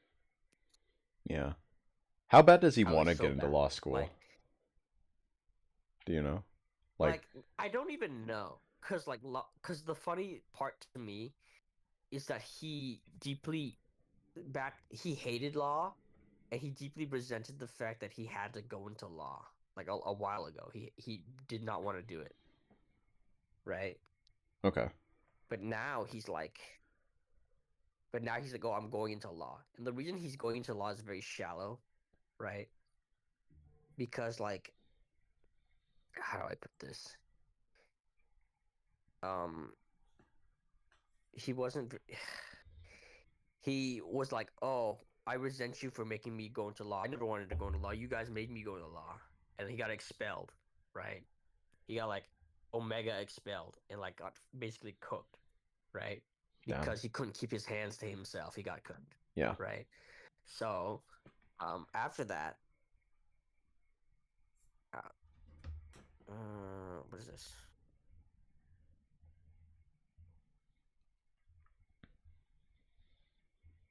Anyway, wait, how long is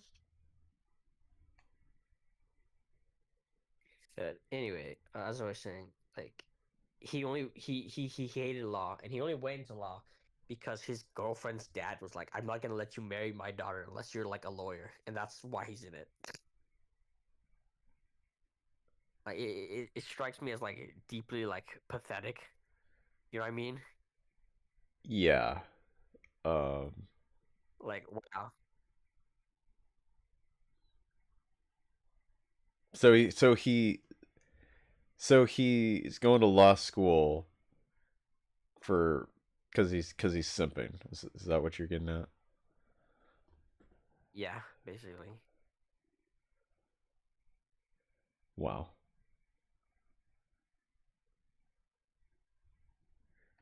Like, I don't know what else to say other than that. Damn. I mean, I was gonna be Cool, man. like, yeah, I was gonna be like, like, I mean, like if you're gonna like fake some stuff in your essay, I mean, I kind of get it because getting into law school, it's pretty competitive and stuff, but fuck, you're doing this over this girl that you want to like date or marry or Mm. whatever. Like, fuck, I don't know. No way. Yeah, right? Like, there's no passion for it. Yeah, He has no passion for it at all. yeah. You know? What? Like, yeah, he's yeah, go on. Oh, I was gonna say, like, what kind of law is he even interested in or has talked about? He's trying to go into was it property law, like something about property. In- Okay, What was it? Not even criminal law, like the other one, like where you have to manage like estates or some shit. I think so. okay. Hmm. Alrighty then. Yeah, so I'm like, okay. Oh God, I just think of all the times I've like had arguments with my brother, and his arguments are so ass. I don't have no idea how he's gonna make it in law. I have no idea at all, dude. I don't know how he's gonna I make don't it. know.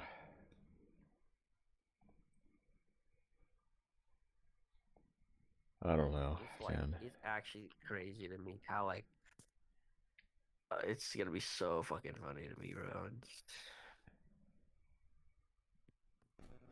God, it's gonna.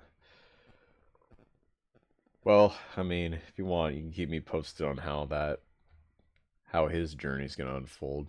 Uh, we'll see. We'll see.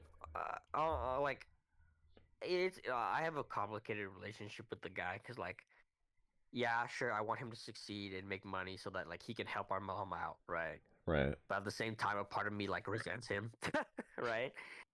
Like you can't. How can you like? Yeah, I'm sure. Like I've forgiven him for like a lot of things, as deeply as unsatisfying as it feels sometimes, right? Yeah. But like, as much as I want to move on and cut him out of my life, like he always like every time we talk, he always seems to drag me back to that the worst version of myself when I was still like at the peak of my like, oh, I really don't like this guy phase in my life. You know what I mean? Mm-hmm. Yeah.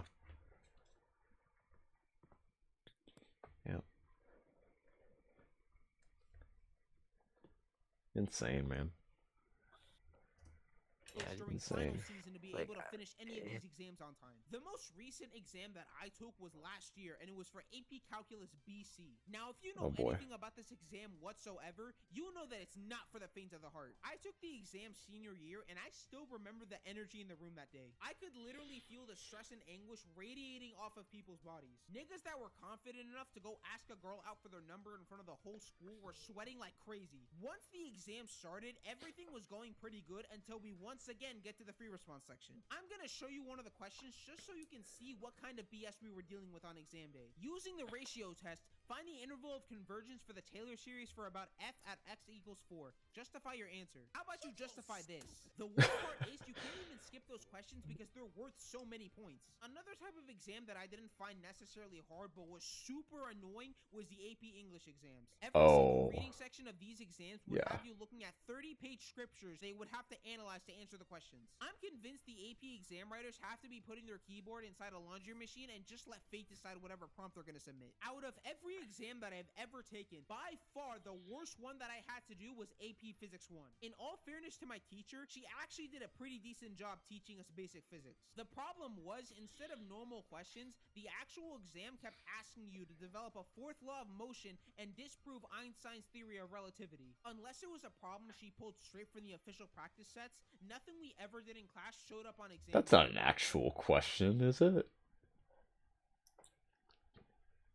That's probably for the video. Disprove Einstein's theory of relativity. I mean, I've never taken AP Physics before. I wouldn't know, but like,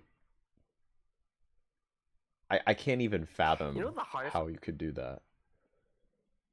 You know what's funny to me? Anyway, right?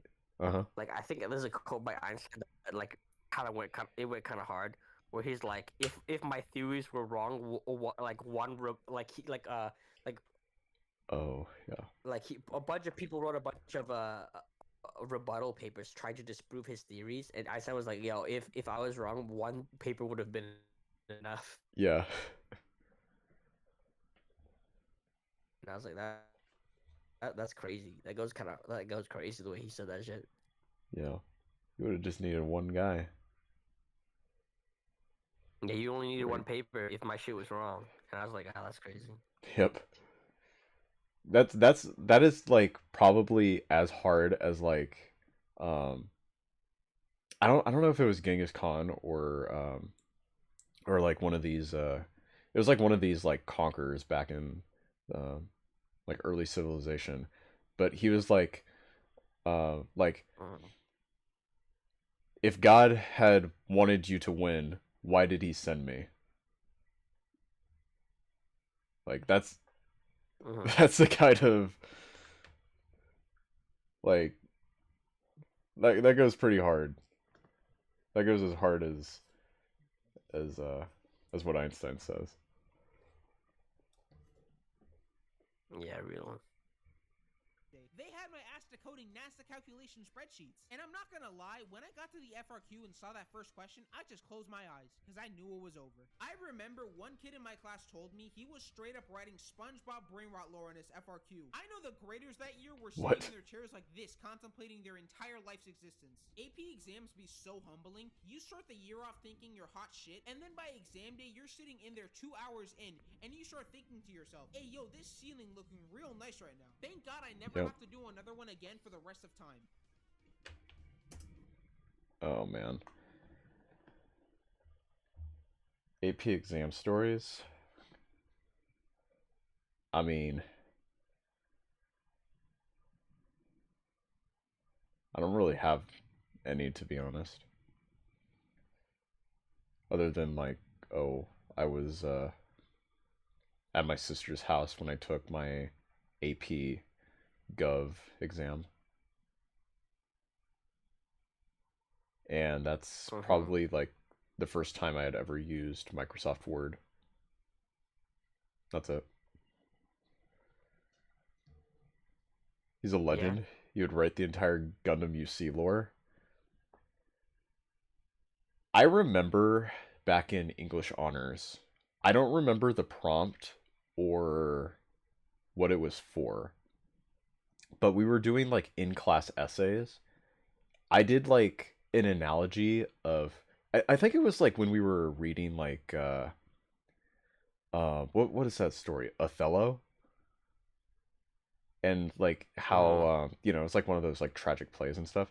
I think it was, I want to say we were writing something on that, and I did an analogy on like the downfall of Anakin Skywalker. Yeah. Yeah. And I kid you not, because we were doing like peer grades, peer grading and stuff before they were actually like turned into our teacher. I kid you not, the chances of my paper going to someone who actually knew the context of Star Wars and who Anakin was, I want to say was so low, and yet it landed on somebody who knew what I was talking about. Like they were just hyping. Yeah, they were gassing me up when I was reading the peer review. I was like, "Dang, they know what I was talking about." I remember it. Yeah, I remember in women's lit actually. Um, oh God, I again I don't remember the prompt or the context.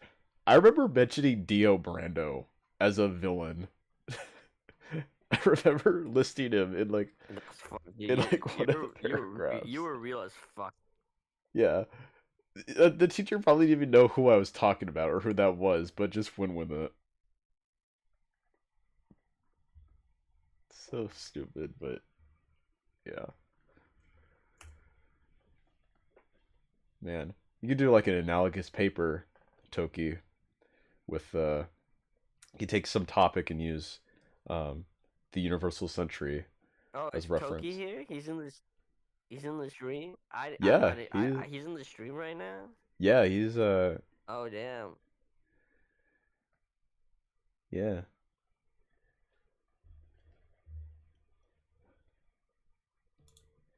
Anyways, what a trip. AP exams. It's been so long, I can't even imagine what people think about him now.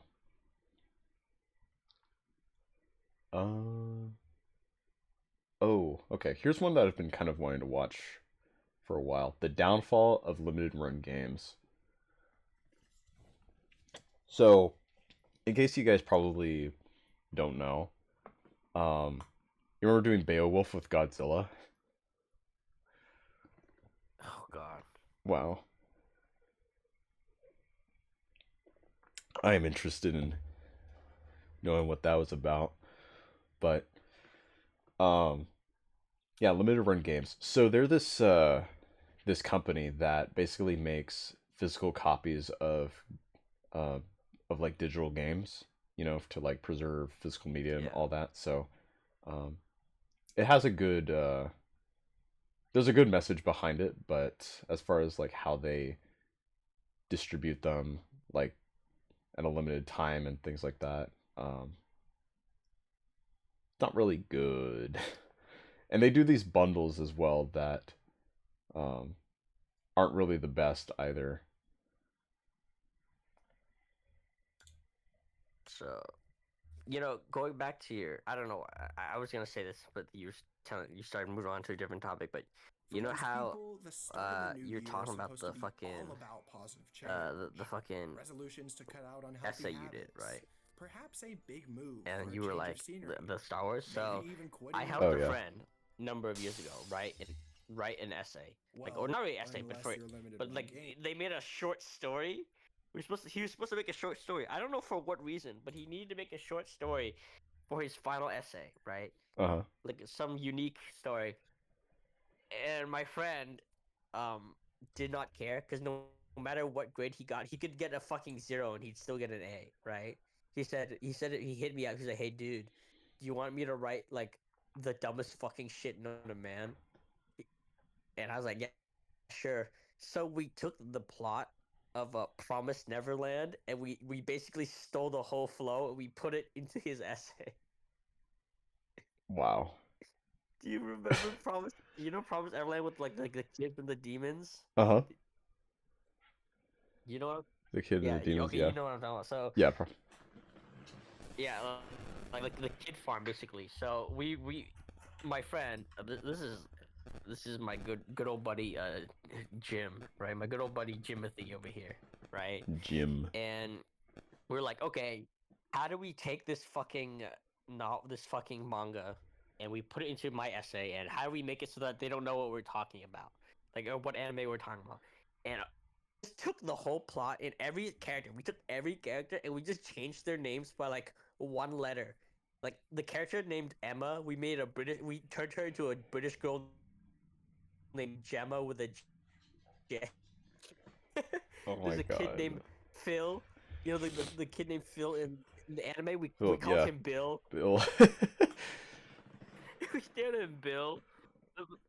Like let me look at the Promise Neverland. I don't remember the original names, but I remember the names that we gave them at the top of my head. Like Neverland Rosie characters, or right? um, We just like we literally who just changed else? one letter, or at least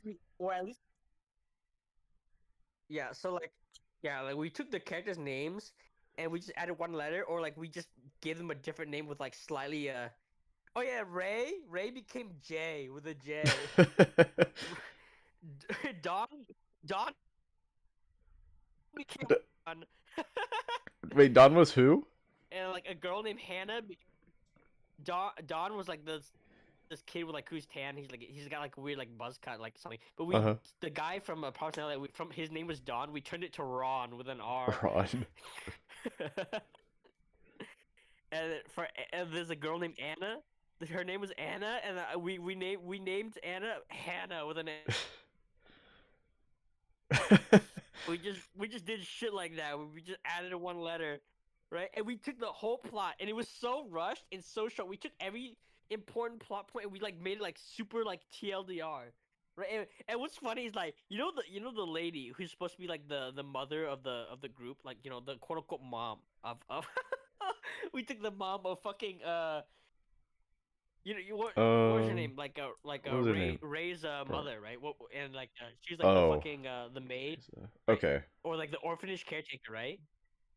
Okay, We okay. took the orphanage caretaker and we were just fucking gender bent her. We turned her into a man, and we made her fucking Kotomine Kirei from Fate. We turned her into Kirei from Fate. We just turned her into Kirei, and we just made him say a bunch of nonsensical shit that didn't make any sense and had no relevance to the story whatsoever.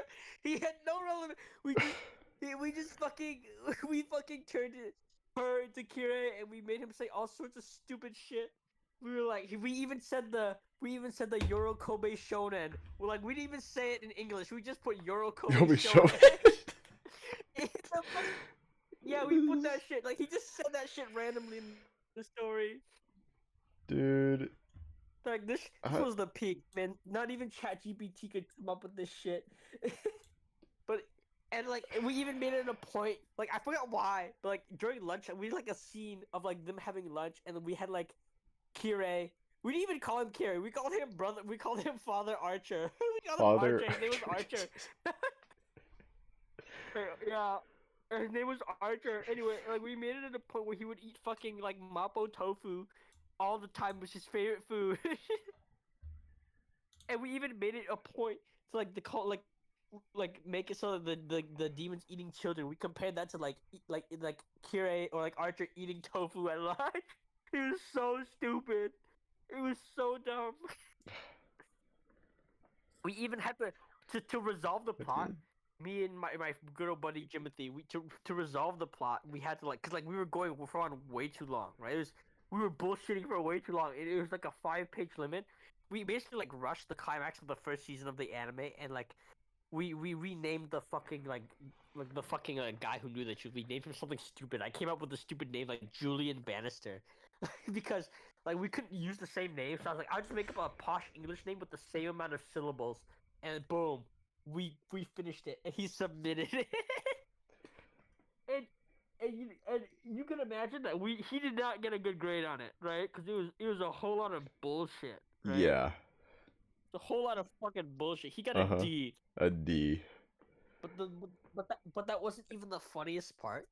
The funniest part is that a week after he submitted it and he got the grade, the teacher emailed him, and she said to him, "Did you just plagiarize Promise Neverland? Did you just spoil Promise Neverland for me?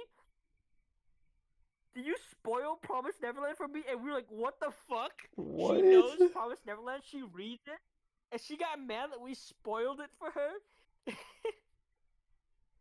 Oh my god. the worst one is this lady wasn't even young. She was kind of like old. She's I said to I asked him. He was like, "Does this lady seem young enough to know or like anime?" And he was like, "No." She was like probably in her 30s, right? Her like mid to late 30s. And I was like, "Wow, that's funny as fuck." I can't believe we Bro. spoiled Promise Neverland for your English teacher. Sort of.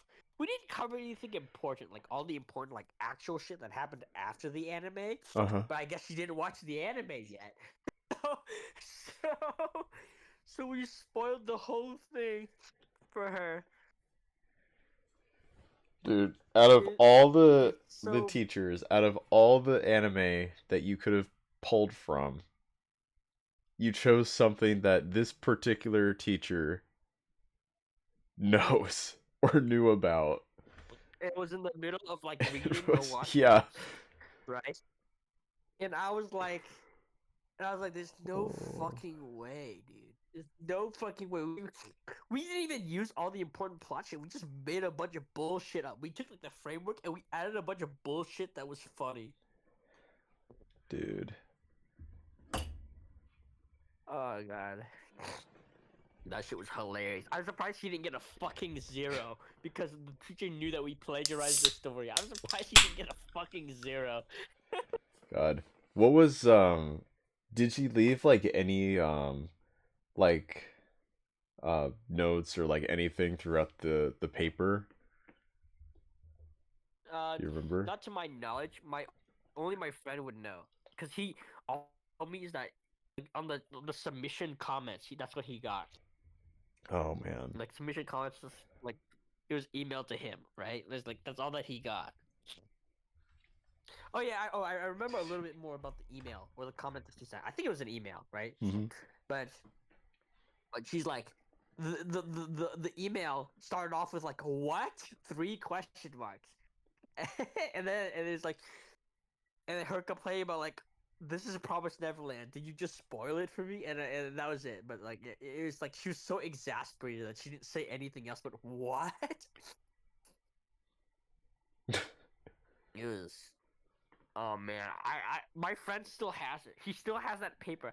I'm willing to ask him for it so he can send that shit to you. If you really want to read the fucking bullshit that we wrote, I could probably ask him, and we could do like a. We can't read it on stream, but like we can like you can read it. Okay.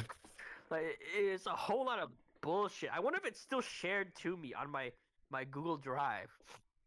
Well, that's the real shit. If that's elite ball, I'm an elite baller if I kept it like in my save. Let me go see right now. God. I would be so fucking. I don't even know what I have so saved. Happy.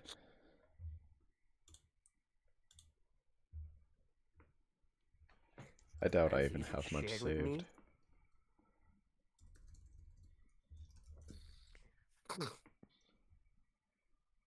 Actually, I'll look at another time. This is an old fucking essay.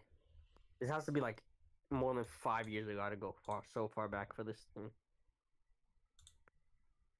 Yeah, oh yeah, yeah. You know what the funniest part is that the name of the essay. The name of the essay. Oh my god, it killed me. Oh no. It was unlimited children work instead of blade works. Like you know, fuck the noble phantasm. We got unlimited children work. Bro. Oh my god. Unlimited. What a bunch of bullshit. Yeah, it was a bunch of bullshit. And the fact that none of you I don't cared fucking have it. No. makes it even better. No, we didn't give a fuck because he was like, I said to him, "Are you sure you want to do this?" He says, "Yeah, I don't fucking care. I'm gonna get an A no matter what, even with a 0." Because he had so much extra credit done that even if he got a fucking flat 0, he'd still get like a 93%. Fuck. He did not give a fuck at all. Man, I was literally me with my golf I'd be course. so embarrassed to. I'd be so embarrassed to read Unlimited Children Works because like it was just a bunch of bullshit. We just took a shit on that paper. Oh my god, I should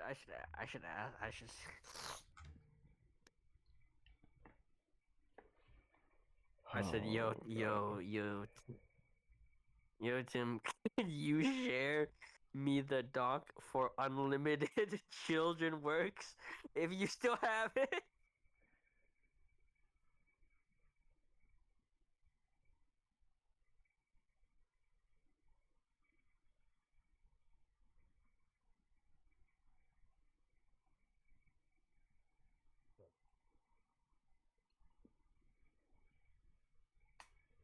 Unlimited Children Works. Oh my god, I will not be reading this. I don't know if I will be reading this shit on stream. I don't know if I want to bear my fucking Omega Uber shit post on Twitch for everybody to see. Also, Toki's here. He and I are friends with Mr. Jim, so he'll know about this shit. He'll. I'm gonna gatekeep this. I'm gonna gatekeep this fucking work. It's gonna be me and Jimothy's thing where we hide it. This this person thing, this shameful thing that we've written. It's so terrible. The forbidden knowledge. Yeah, of course you weren't aware of it because we never talked about this fucking thing after we finished it. That because we didn't dare. This fucking thing was all Unlimited Children Works. Fucking Father Archer. No. It was like Brother Archer or some shit like that. Brother Archer. Something stupid as fuck. It was so dumb. Oh, and you know what's funny? I remember now. We even took the entire Unlimited Blade Works chant and we like parodied it, and it had to tie it in with the story. You know his whole like I am the bone of my sword. You know the steel is my body, and fire is my blood. I have withstood pain to create many weapons. You know the whole speech we took and we fucked it up. We like put we made it like a bunch of nonsense, and like. Oh yeah, there were some. I remember there were some like teacher comments in the essay. She highlighted the entire fucking speech, like the Unlimited Blade Works speech. She's like, "What the fuck is this?" She's like, "What is this?"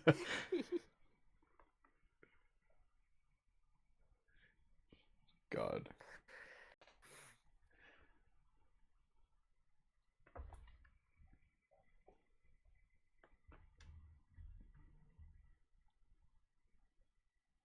They should adapt that. No, we are not adapting that shit. That shit would like get taken down, bro, by the people who made Unlimited, the people who made fucking, Promised Neverland. That shit would be crazy. Oh man. God. For most people, the start of the new year is supposed to be all about positive change. Resolutions to cut out unhealthy habits. Positive Perhaps change. a big move for a change of scenery. Maybe even quitting your job. Damn. Well, unless you're limited. 2.7 million lawsuit. What happened? Run has had a pretty rough go at it over the past few months, and it's been incredibly frustrating to watch fold out. As someone who's always been on the sidelines, silently cheering on this small game company wading in the turbulent waters of the video game industry, watching their mismanagement, quality concerns, and a general lack of direction has caused me to every once in a while, once thought so highly of. My friend will be going through his Google Drive, and we'll see Unlimited Children Works, and we'll just he'll we won't even acknowledge it. He'll just scroll past it very quickly. Real. This video just to and he'll just be like, "Must have been the wind." Because on paper, limited run games is a fantastic idea. I got something in my eye. Limited Run started out in October 2015 with the intent of creating physical versions of digital-only games, preserving their content for as long as physical media can be played. That's cool. Their early releases of Breach and Clear, Octodad, really must have been the wind. Like, holy shit. Prove that people want physical media, and that a company with the sole purpose of providing that for people isn't completely unfeasible. In addition to standard physical editions for games, Limited Run would also branch out and become one of the go-to companies for game developers when creating collector's editions for their games. Oh, wow. What was in that collector's edition? Oh my god, he sent it. Oh my god, here it is. Oh no. Timothy Le, Mrs. Wilson, TP English 3. What is, I don't know. Hopefully, what does that stand for? It was in 2019 where we did this. Oh my god. Oh no. Oh no. Oh my, I'm cringing. I'm cringing. Oh no. Oh, instead of Herman, it was Sherman. Oh my fucking god. This is so fucking. Oh my god, this fucking thing. Holy shit, I'm reading the first few fucking. Oh, I'm reading the first few sentences and I'm already dying. How did we come up with this shit? Jay and Sherman. Yeah. It is funny that we didn't even, we actually used like proper English and shit. It's just that the story content was so unfiltered ass.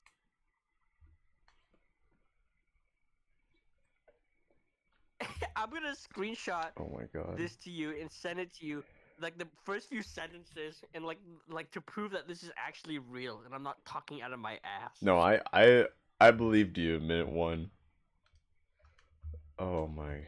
Right here. In order to live, we must eat.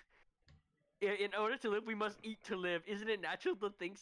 Look across the dinner table at the assortment of foods. Oh my goodness. Oh my fucking god, dude.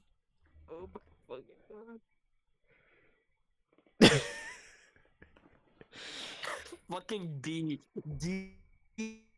assay, bro. D for the first letter of me and him wrote this fucking bullshit. I think we stopped using, we used like English, like complicated English, because it was funny, not because it was like actually like, you know, like the writing itself was pretty fucking ass, dude. Oh my god, this shit is so fucking terrible. I will not be reading this shit on stream. I don't think I will fucking do that. That's awful. Oh my lord. I think it's best you don't, you know. This will be forbidden knowledge. That will be locked up and shall only be opened, whether by either one of you or future generations of your family. I don't know. Yeah, fucking unlimited children works, dude. Holy shit. I might read this like in a separate call one day. Like, just remind me when you're not streaming. I'm not having this stain of my existence out there on the internet. Yeah. Who knows? Maybe Jim's like future grandchildren will be like, "Whoa, this is something. This is amazing." No, bro, it's hot unfiltered ass. Maybe they'll get a kick out of it because it's like not made by AI. Maybe, you know what? Maybe, yeah.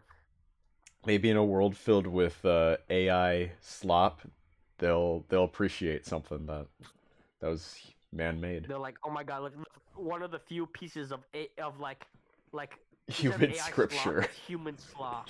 Yeah. Human slop or like flop, bro.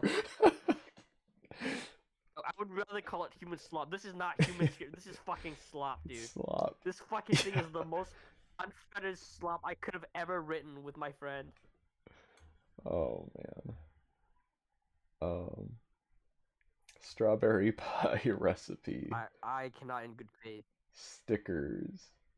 A little strawberry plushie keychain. It's wonderful. What else? Some postcards or something. A poster, awesome. Oh my lord. Where's my mouse? Where did my mouse go? There it is. So small. For their games. Some of their biggest successes have been their collector's editions for Celeste, Ukulele, and Scott Pilgrim.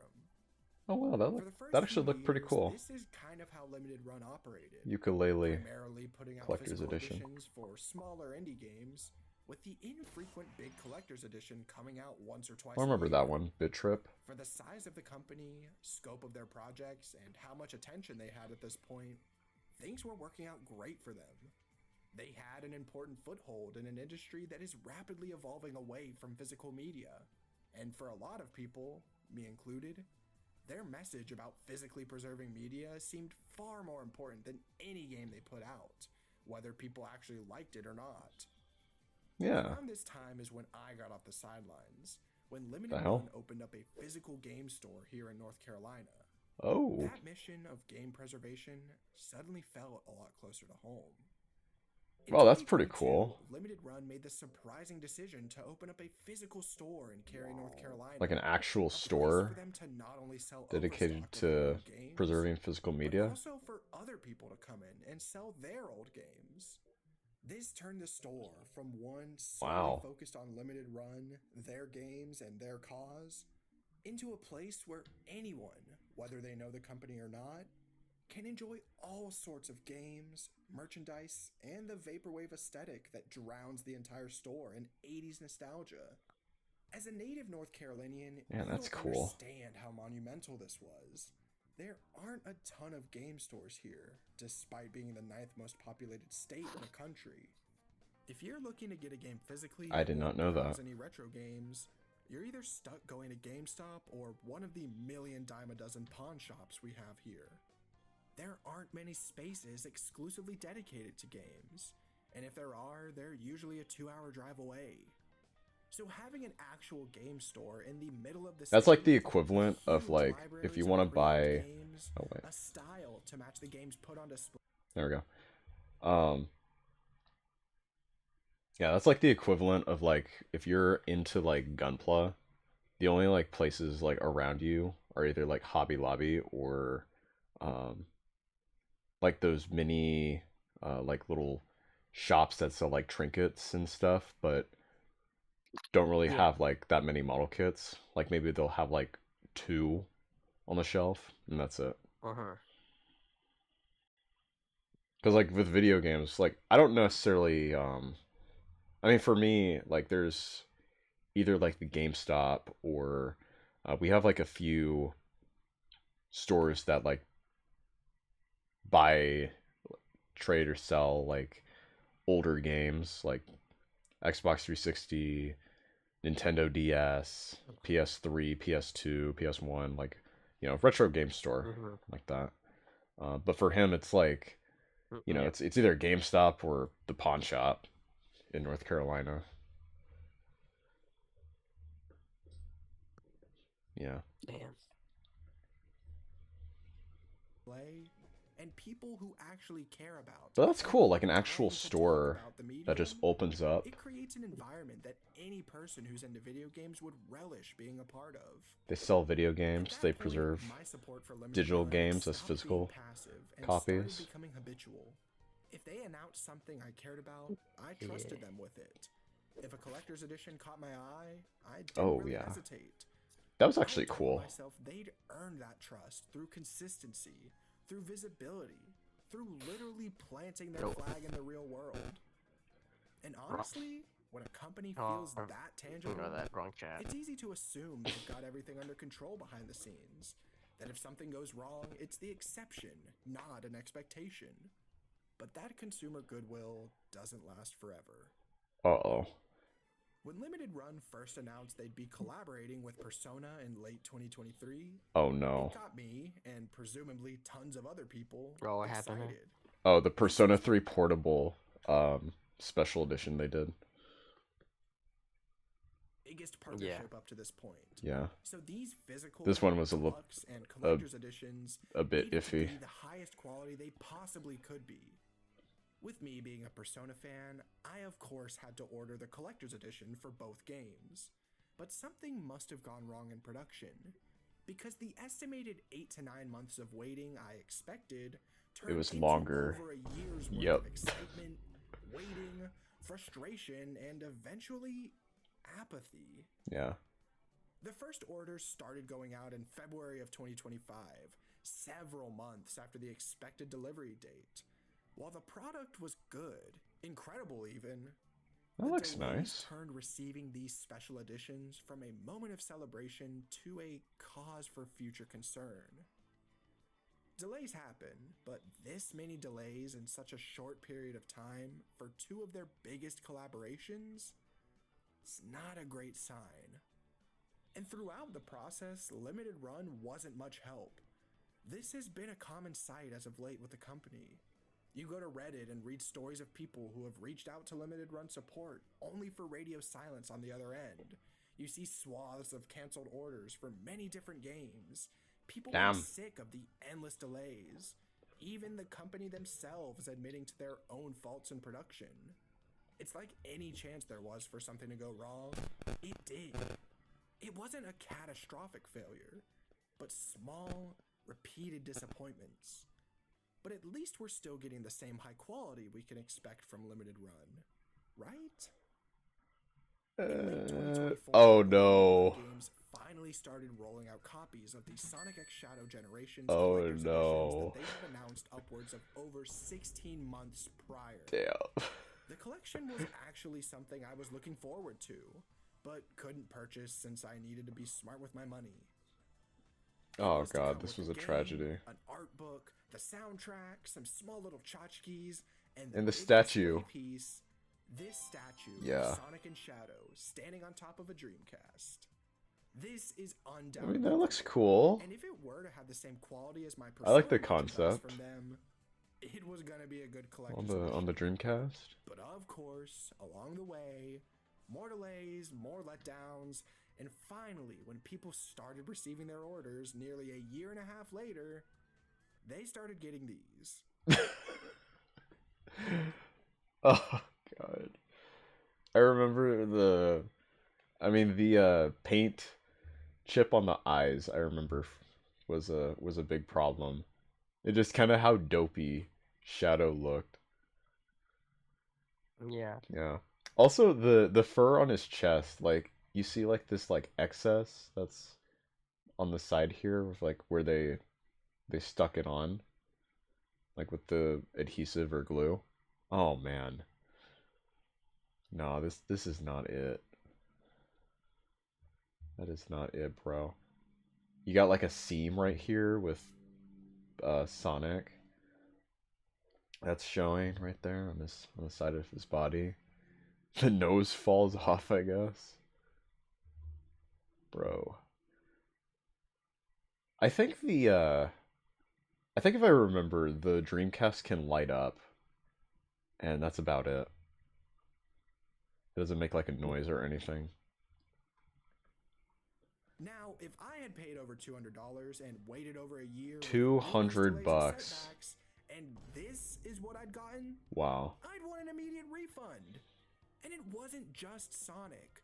Their It's just compendium for the nose. Yakuza titles not only came out Yeah, far his later nose than is anything gone. they've ever released, but even it has Shadow doesn't quality got a issues. nose. The hell? Multiple Wait, you- products from wait, collaborations got with your big nose. developers continue to show a lack of care and a lack of polish. This is not what you want your company to be known for. It erodes the trust that you've earned from both your diehard consumers like me and the companies that choose to partner with you, since it reflects badly on them too. These quality issues have only really started to pop up over the past year. Past limited run collector's editions might have been delayed, if anything, but the products that you'd receive would undoubtedly be high quality.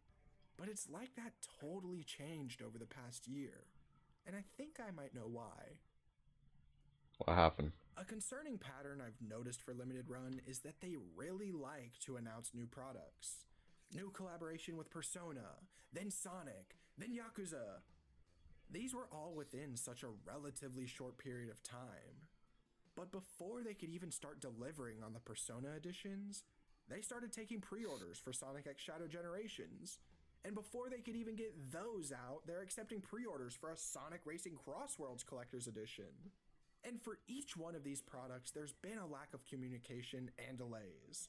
It's as if the company is far more concerned with generating hype and getting those pre-orders, rather than actually putting out the products they've already promised. Yeah, they're doing collabs, you know, getting these deals in with these games and stuff before even like working on like what goes into the collector's editions. Yeah. Like, oh, we got Persona 3, right? Like, oh, pre-order here. And then instead of just like working on what's going to be in the collector's edition, they're working on like the next game they're going to collab with. Yeah, it doesn't sound like a good strategy. At some point, Limited Run stopped feeling like a company designed for preservation and transformed into one more concerned with big collaborations, a large number of projects being worked on simultaneously, and a company that cares more about pre-orders than anything else. One of the first times I saw this was after I initially ordered the collector's edition for Persona 4. Mistakenly, my card had been charged twice for the order. Huh? With two identical statements from Limited Run in my bank activity. So, obviously, I contacted them in hopes to fix it. It was only after 2 weeks where I heard back from them and was refunded the amount for the second transaction. And that's really not how you should handle customer service relations. Imagine if I had a medical emergency or a bill that needed to be paid. And all of a sudden, I don't have that money because not only did Limited Run mistakenly charge me twice, but now they can't even get back to me about making the situation right. This was 2 years ago, so things might be different now. I mean, everybody makes a mistake once in a while. Like, getting charged twice on something, I mean, we've kind of been there before. Like, even at like a grocery store or like a pharmacy, you know. It happens, but like over the phone customer support to try and get your refund, it takes you 2 weeks to try and get that settled. Bro. Like we got to do better here. But from reading stories on Twitter and Reddit, it seems like it's only gotten worse. If their quality assurance, customer relations, and overall workflow and timeliness hasn't raised some alarms for you, there's a bit more going on with the company. As of January 1st, 2026, Limited Run Games co-founder Josh Fairhurst announced he's stepping away from the company. Wow. On top of that, the company is now facing an investigation, which alleges they sold customer data relating to some of the videos present on their site and YouTube channel. I'm not going to speak much on either of these, as there's still a lot of information coming out in regards to both. They were selling customers' data? For what? Damn, bruh. This is kind of the worst position you can find yourself in, when you're already expected to roll out some more big products early in this year. It's getting harder and harder to justify purchasing memorabilia from them. Other companies like IM8bit, Fangamer, among many others, have entered into the collector's edition space, producing exclusive materials for partnered games like records, plushies, and any of the other small things. I've seen a few of the IM8bits like vinyls. Like I see Atlas like promote a lot of Persona soundtracks on vinyl with them, and they look pretty cool, you know, like they're all like decorative. They got like all this artwork on the cover sleeves, you know. All the records are kind of like bright, colorful, flashy looking, you know. Pretty cool. That you'd want to purchase for your favorite games. I don't know about like the quality of them, but like these companies have shown a higher like that work, with far less production mishaps, delays, and quality issues. So where does Limited Run go now? I mean, this isn't a company I want to see just dissipate. It's nice Yeah, it's having got to a company improve. focused on creating physical editions for smaller niche indie games. Just recently, they announced physical versions for Hi-Fi Rush, Oh, that's and cool. this is the kind of stuff I love to Yeah. see from them. Allowing more and more people to have physical copies of these proven indie games, which makes me kind of surprised they didn't do it with Bomb Rush Cyberpunk as well. But you can't keep splitting attention between 10 to 20 smaller indie titles, as well as anywhere from 5 to 10 beefy collector's editions. That is way too much work for a quote unquote small company to handle in just a year. And obviously, their way of doing things up until this point has been bad for every facet of their business. So, what now? I've always thought that limited run works best when it's working with smaller developers who just want their games to be seen on shelves. Yeah. Celeste. Isn't it crazy Ukulele how, Beat, like, a game like Hi-Fi Rush, it did so good, Yeah. and yet Xbox was just like, yeah, we're over it. The studio's getting shut down. Xbox has been making, yeah, Xbox has been making a lot of dumb decisions. I forgot which company it is, but one of the companies, I think it was PlayStation or other Xbox, but they were like at like a Game Awards, and they're talking about how excited they were to talk about the release of this game, and they were celebrating this game and stuff like that, and like, Uh-huh. oh, can't wait to see more stuff from the studio, and everybody was like, like fucking ragging on them because a week ago before that, before they said all that, they like shut down the studio, they fired everybody, and it just Oh, goes to show that they don't know who makes their games. yeah. Like the people up top don't know who works under them and who makes their games. So when they just fire them and then later they're like, oh yeah, we love them, we can't wait to see more stuff from them, and they're like, wait, what? We fired Gone. them? They're Yeah. gone. They're not even there. It was Microsoft after laying off the studio, they said they wanted more games like that. Yeah, I remember Yeah, it Phil was Microsoft. Spencer saying that. Yeah, yeah. Okay, so it was Xbox, right? Or like at least Microsoft. Same thing. They're the same. Yeah. Like you can like even like a fun game that people can enjoy. It's not safe from like it's not gonna keep you from getting laid off. I mean, That's all they ever crazy. care about are like big names anyway. They don't care about anything else. Just big names. Yeah. I don't know, man. Like I hopefully like whatever these changes are going on at Xbox now, like they keep it up. Cause this new president, like what she's been doing lately, ever since she got in, it's Yeah. been pretty good. Like Xbox could definitely like redeem itself within like the next year or so. Oh man. Hi-Fi Rush now. Yeah, that These are ukulele all one, the kind of titles that you Limited know, Run could that see looks pretty good. consistent success from producing reliable physical versions of. I Didn't Game get that Pass the company increase? is called No, no, Limited. no, no, no. That's PlayStation Plus recently increased. For like new users at least. So like if you're like a first time PlayStation Plus member, um it used to be like the price used to be decreased for like your first month or your like first 3 months, but then now they increased the price.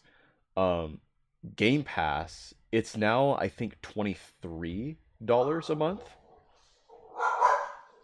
I think, or is it a month or annual? I don't know. But I don't know why my dog's barking. But I remember Game Pass used to be $30 when Phil Spencer was in charge. Yeah. Here, give me a moment. I'm gonna see what my dog's doing.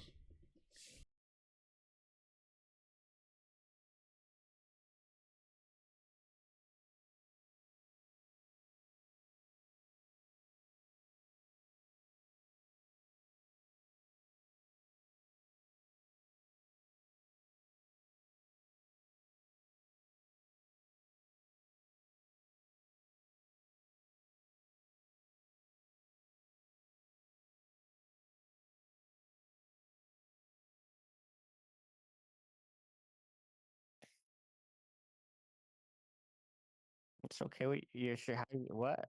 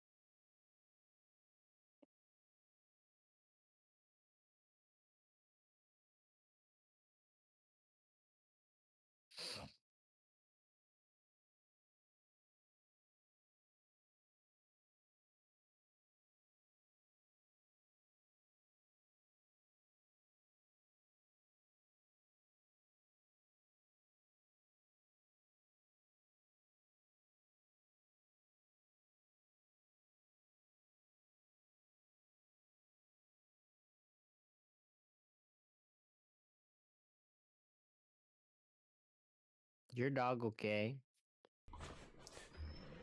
What's going on with your dog, man? Oh man. So, uh, the UPS guy, or driver, they were delivering a package to my neighbor across the street. My dog, anytime we get like mail or like a delivery truck driver here, doesn't even have to be our house, but just like nearby, she'll freak out. Oh, Yeah. okay. Yeah. She's just like, we have like those windows that like go down like near, almost to like touching the ground. And so she'll just like look out that, and anything she sees, that just stops near our house, she'll just bark and, yell. Yeah, be like that. Run. But now that they're not currently selling physical editions for games like Animal Well, Penny's Big Breakaway, or High on Life, I'm far more inclined to buy these games digitally, taking away my experience of buying a physical copy and a customer for limited run. Yeah. I mean, it's convenient. Why even wait? And really reconsider the kinds of games they're making physical editions for. Always having copies of games that people will want, like the ones listed before, is a shame, but yeah. for them far more than having copies of games like Gradius Origins, Kingdoms and Castles, Super Sammy Roll? Oh, okay, what the heck? These are games that just sit in their physical store, and no one really buys them. It's a waste of the investment that went into creating them. If they focus their attention on a handful of small titles that have succeeded, things like Penny's Big Breakaway, Animal Well, they'll likely have more long-term success, since people are always going to want these games. And definitely dial back the number of collector's editions. They're getting delayed, there's quality issues. Just take it down a notch. You don't need to partner with every company that comes your way, especially since the final products have been making both parties look bad. I really do wish the best for Limited Run, despite all that's going on behind the scenes. Hopefully all the changes happening to the company this early into 2026 will help them get back on track and become more focused with the products they put out. Thank you for watching. Well, we're about to enter the second half of 2026, and we haven't heard anything about them since. But no, I hope so too, I mean, they're doing something good. Hopefully, like, all the quality and stuff improves. Alright. You know what, let's watch one more, and then I'm gonna get ready to go to the gym here.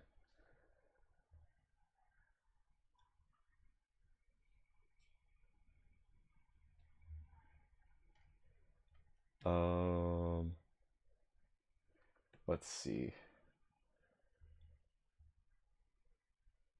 Oh yeah, here's one I've been interested about. The $1 billion Coca-Cola machine.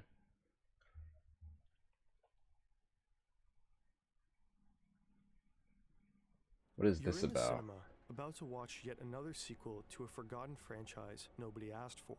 You're getting popcorn and a drink to drown out your Jared Leto-induced sorrow with a sugar rush.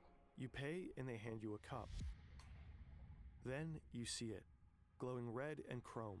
The Coca-Cola freestyle. You don't have to bog on Tron like that, by the way. You can choose between over 100 different flavors. Cherry Vanilla Coke, Peach Sprite. Maybe you'll go crazy and mix Fanta with Powerade. Or maybe you just pick a classic. It's kind of crazy to me how a lot of these flavors in that machine, I don't even see them in like store shelves. Like I've never even heard of Peach Sprite or the what was it, that cherry vanilla Coca-Cola?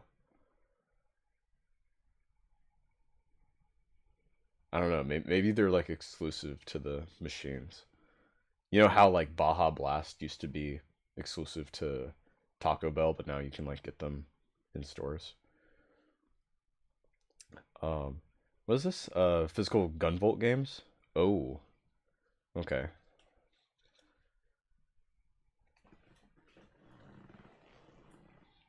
Yeah. I mean, personally, I'm kind of mixed in between, like, when it comes to sorting out like a video game collection, because like I have like all the Devil May Cry games that I have are digital. Like I wouldn't mind buying like physical games, but at the same time it'd be like I already own the games. Or well, I mean I can play them uh on my PlayStation. Plus I already like paid money to play them, so like why, I don't know. Like I don't have 5 yet, but if I do get 5, most likely it would be digital because they're already like on there. But then that's also kind of like weird for me to say because I have like pretty much almost all the AC games physical, and then suddenly I have like Mirage installed on my PlayStation. It's kind of weird, if you know what I'm trying to get at. But this machine is way more than just a soda fountain. It's not just serving you a drink. What do you mean? It tracks everything you do. And while you're picking your favorite flavor, it's quietly collecting data. Data that turns customers into test subjects. Data that Coke will profit from tremendously. The Coca-Cola Company is said to have invested more than $1 billion in this machine, but they're very likely turning its capabilities into much, much bigger savings and profits. Today, we're diving into how a drink dispenser became a global lab and what role you play in all of this. What is this, biometric The Coca-Cola Company soda is machine? one of the biggest beverage... Is that what we're getting at here? Bro. Yeah, exactly. You want to like have some consistency in your collection. It would be like having like one volume of like Battle Angel Alita being like on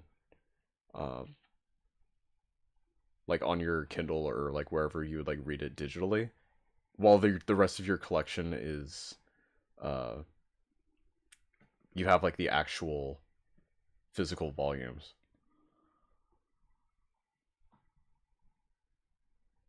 Yeah. Producers on the planet. The conglomerate controls almost half of the global soda market, making billions in revenue every year. And one important way they sold their many drinks has long been soda's a big business. In the olden days, ordering a soft drink would work like this. You'd walk up to the counter, place your order, and someone would pour your drink into a cup. Then self-service fountains arrived. Now you could fill your own cup at your own discretion. That's right. When you were a kid, this fountain was everything. You so could easy. yourself something truly undrinkable. Still kind of is everything, really. However, in 2006, Coca-Cola and other beverage makers noticed something worrying. For the first time since 1985, the sales volume of carbonated beverages had declined. People started to focus more on their health and well-being. They were increasingly looking for sugar-free drinks and low-calorie options. Yeah. Coke's fountains just weren't ready for that. At that time, only about 1% of all Coke fountains in the US even offered Diet Coke. Meanwhile, the choice of sodas at convenience stores had increased dramatically. Rows and rows packed with hundreds of bottles and cans. But Coke fountains were stuck with the same limited run-up of kind of boring standard flavors. So they had to come up with an idea that would change everything. The freestyle fountain's design is interesting. The freestyle. The chrome, the sculpted lines. It kind of looks like it wants to become a Ferrari when it grows up. Something out of the future. It was developed with Pininfarina, the legendary Italian design house that shaped the curves of Ferrari itself. You slide your cup under the dispenser. Wow. Now comes the fun part. You see dozens of bubbles on the screen in front of you. Each bubble is labeled with a different drink. Mix, Coca-Cola, Powerade, Lift, Fused Tea, and Kinley. In total, you could choose over 100 drinks. I don't know what Kinley is. Back when you were a kid, this would have been impossible. Restaurants used massive 19-liter syrup canisters for every single drink option.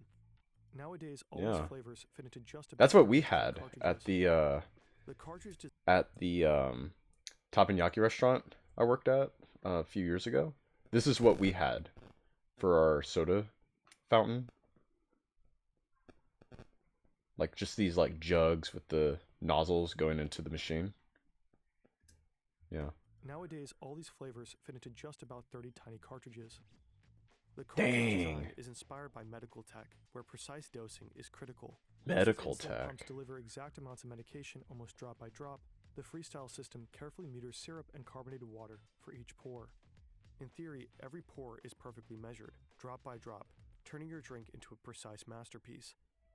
But Wow. Coke from a Freestyle fountain actually tends to taste a little different from the one you buy in the supermarket. Well, I bet it In does. contrast to the old canister systems that pre-mix syrup and sweetener, Freestyle keeps flavors, sweeteners, and carbonated water separate. Now, when you press the button, the flavor, sugar, and carbonated water are combined on demand. This can make your Coke taste slightly different from other preparations.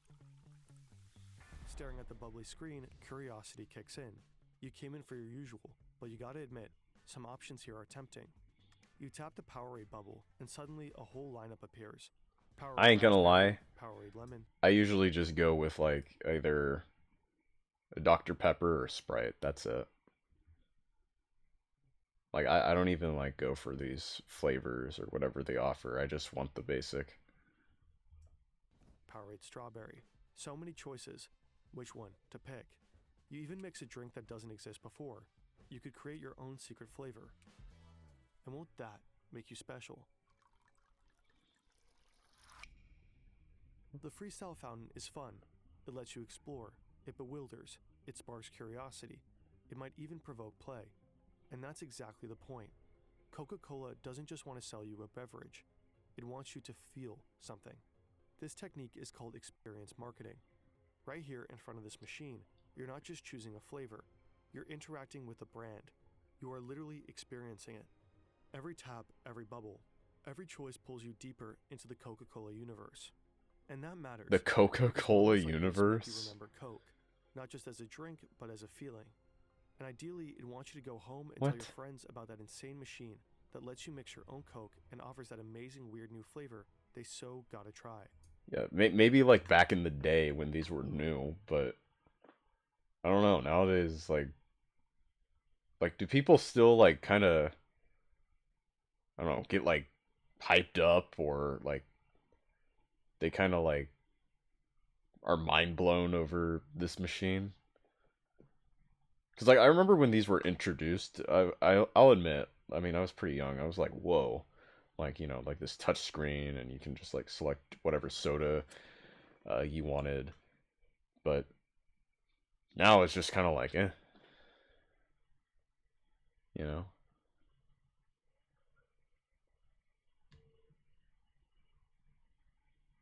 I don't know. Like I don't think like a soda machine is something I would have as a conversation starter. That's, but maybe that's just me. And Freestyle isn't the only example for Like, why are marketing. people gathering around it? Think about Share a Coke. Different campaign, same idea. And it's all part of Coca-Cola's bigger play, shifting from being just a product brand to an experience brand. Yeah, exactly. Like Anyways, like I treat it like ultimately a normal Sprite. soda fountain. You didn't even know Sprite Cherry existed. Time Yeah, to give Sprite it a Cherry. shot. What is that? You press the pour button, then you take a sip. Why is it only exclusive to It's not this half bad. this You're machine? not the only one who was curious about Sprite Cherry. All over the world, people have made the exact same choice. Obviously, Coca-Cola didn't offer you this new flavor just for fun. The Freestyle ecosystem is basically a giant testing lab.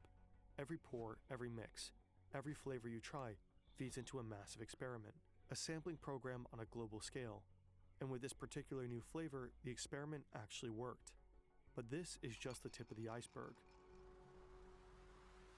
Or the When ice Coca-Cola launched cubes? the Freestyle in 2009, they packed it with cutting-edge technology. Reliable wireless networks like the ones we have today weren't exactly standard, so Coca-Cola built their own. The network they created links every Freestyle machine directly to Coca-Cola's back-end systems, which are managed through SAP software. Think of it as SAP. a company's brain. It keeps track of everything happening across all departments in real time. The hive mind. Every single day, over 50,000 Freestyle machines send data back to this brain. They report everything that's going on inside them. Which flavors are being poured, what time of day they are consumed, or how much syrup is left. You might not experiment with your drink choices, but many other people do. That is how Coca-Cola discovered that people really like Coke Orange Vanilla, Sprite Cherry, Sprite Strawberry, and Coke Cherry Vanilla. I'm not looking forward to Some of these flavors started as an user hour or creations, two from combinations now. people kept mixing again and again. What was that? Like an hour or two? I got a final exam Oh. at 5:30. Oh, wow. Yeah, it's for biochemistry. It's some real bullshit too, because usually when you're in a, I'm taking my post back, right? Right. But when you take a course, you have maybe like you have like some quizzes, and you'll have like maybe, isn't the standard for colleges like 3 exams, like exam 1, 2 in the final. Like you get the midpoint near the end point and the cumulative final exam. You know what I mean? Mm-hmm. Yeah. Yeah. That's usually 3. Brother, I have 6. 6. I have 6. I 6 had 6 exams. exams this semester. Wow. Yeah. Like 6 whole exam. I had exam 1, 2, 3, 4, and I have exam 5, which is the lab final exam, and I also have exam 6, which is all the exams we covered, but like one big exam. I'm like, why could I already tested all this material? Mm-hmm. Why you doing this again? You know? God. Okay, so I had so many tests for this course. So there you get 4 quizzes and 4 lab quizzes, right? Mm-hmm. Like stuff that tests you on the lab material and stuff that tests you on, lecture material, right? And some of it bled through. But like I tested like 4 quizzes of the lab, and then we get like a fucking lab exam. It's like the same material. I don't know. It just feels very redundant. Yeah. Just more chances to fuck up my grade, Just right? regurgitated info. Like, don't get me wrong. I did it. Don't get me wrong. I did well, right? Mm-hmm. But like, oh my god, you didn't need to give me all these exams, and I'm pretty sure this latest one is 100 questions. 100 questions. I think it's like 100 questions or some shit like that. So many. Oh And my. like I already did all this shit. I already tested all this shit. And you're telling me I gotta do Do it it again? again. God, I had an econ course like that. God. Like it weren't like the actual exams, but they were quizzes. Just kept throwing the same info out. Like I get it. You want me to master it, but dude, it's so many, dude. Yeah. Oh man. Well, best of luck to you on that, man. Like it's gonna be 100 questions. Shoot. Yeah, I'm pretty. It's like 100 fucking questions. Let me double this. Fuck. I'm trying to remember. LSAT was like why did you? somewhat over 90. Most we need to know. Because like Econ supply goes up, demand goes down. I think it's 100. Yeah. I think it's 100 because usually my exams, right? Usually my exams that I've had, my 4 other exams that I took, right? Mm-hmm. They were a mix of multiple choice and short answer. I had like 70 multiple choice and like fucking 5 short answers. And now that this one doesn't have short answers, he's like, oh, by the way, here's 30 more questions. I'm like, dude, come on. Like, literally, just give me a break. Like, I literally take an exam every other week, you know? Mm-hmm. So many exams.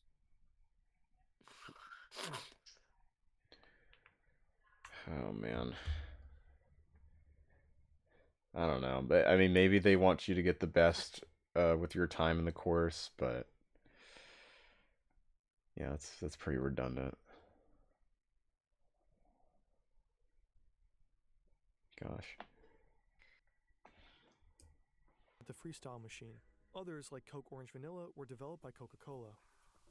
The more people got these, the stronger the signal became, and what started as a tiny bubble on screen ultimately moved into full production.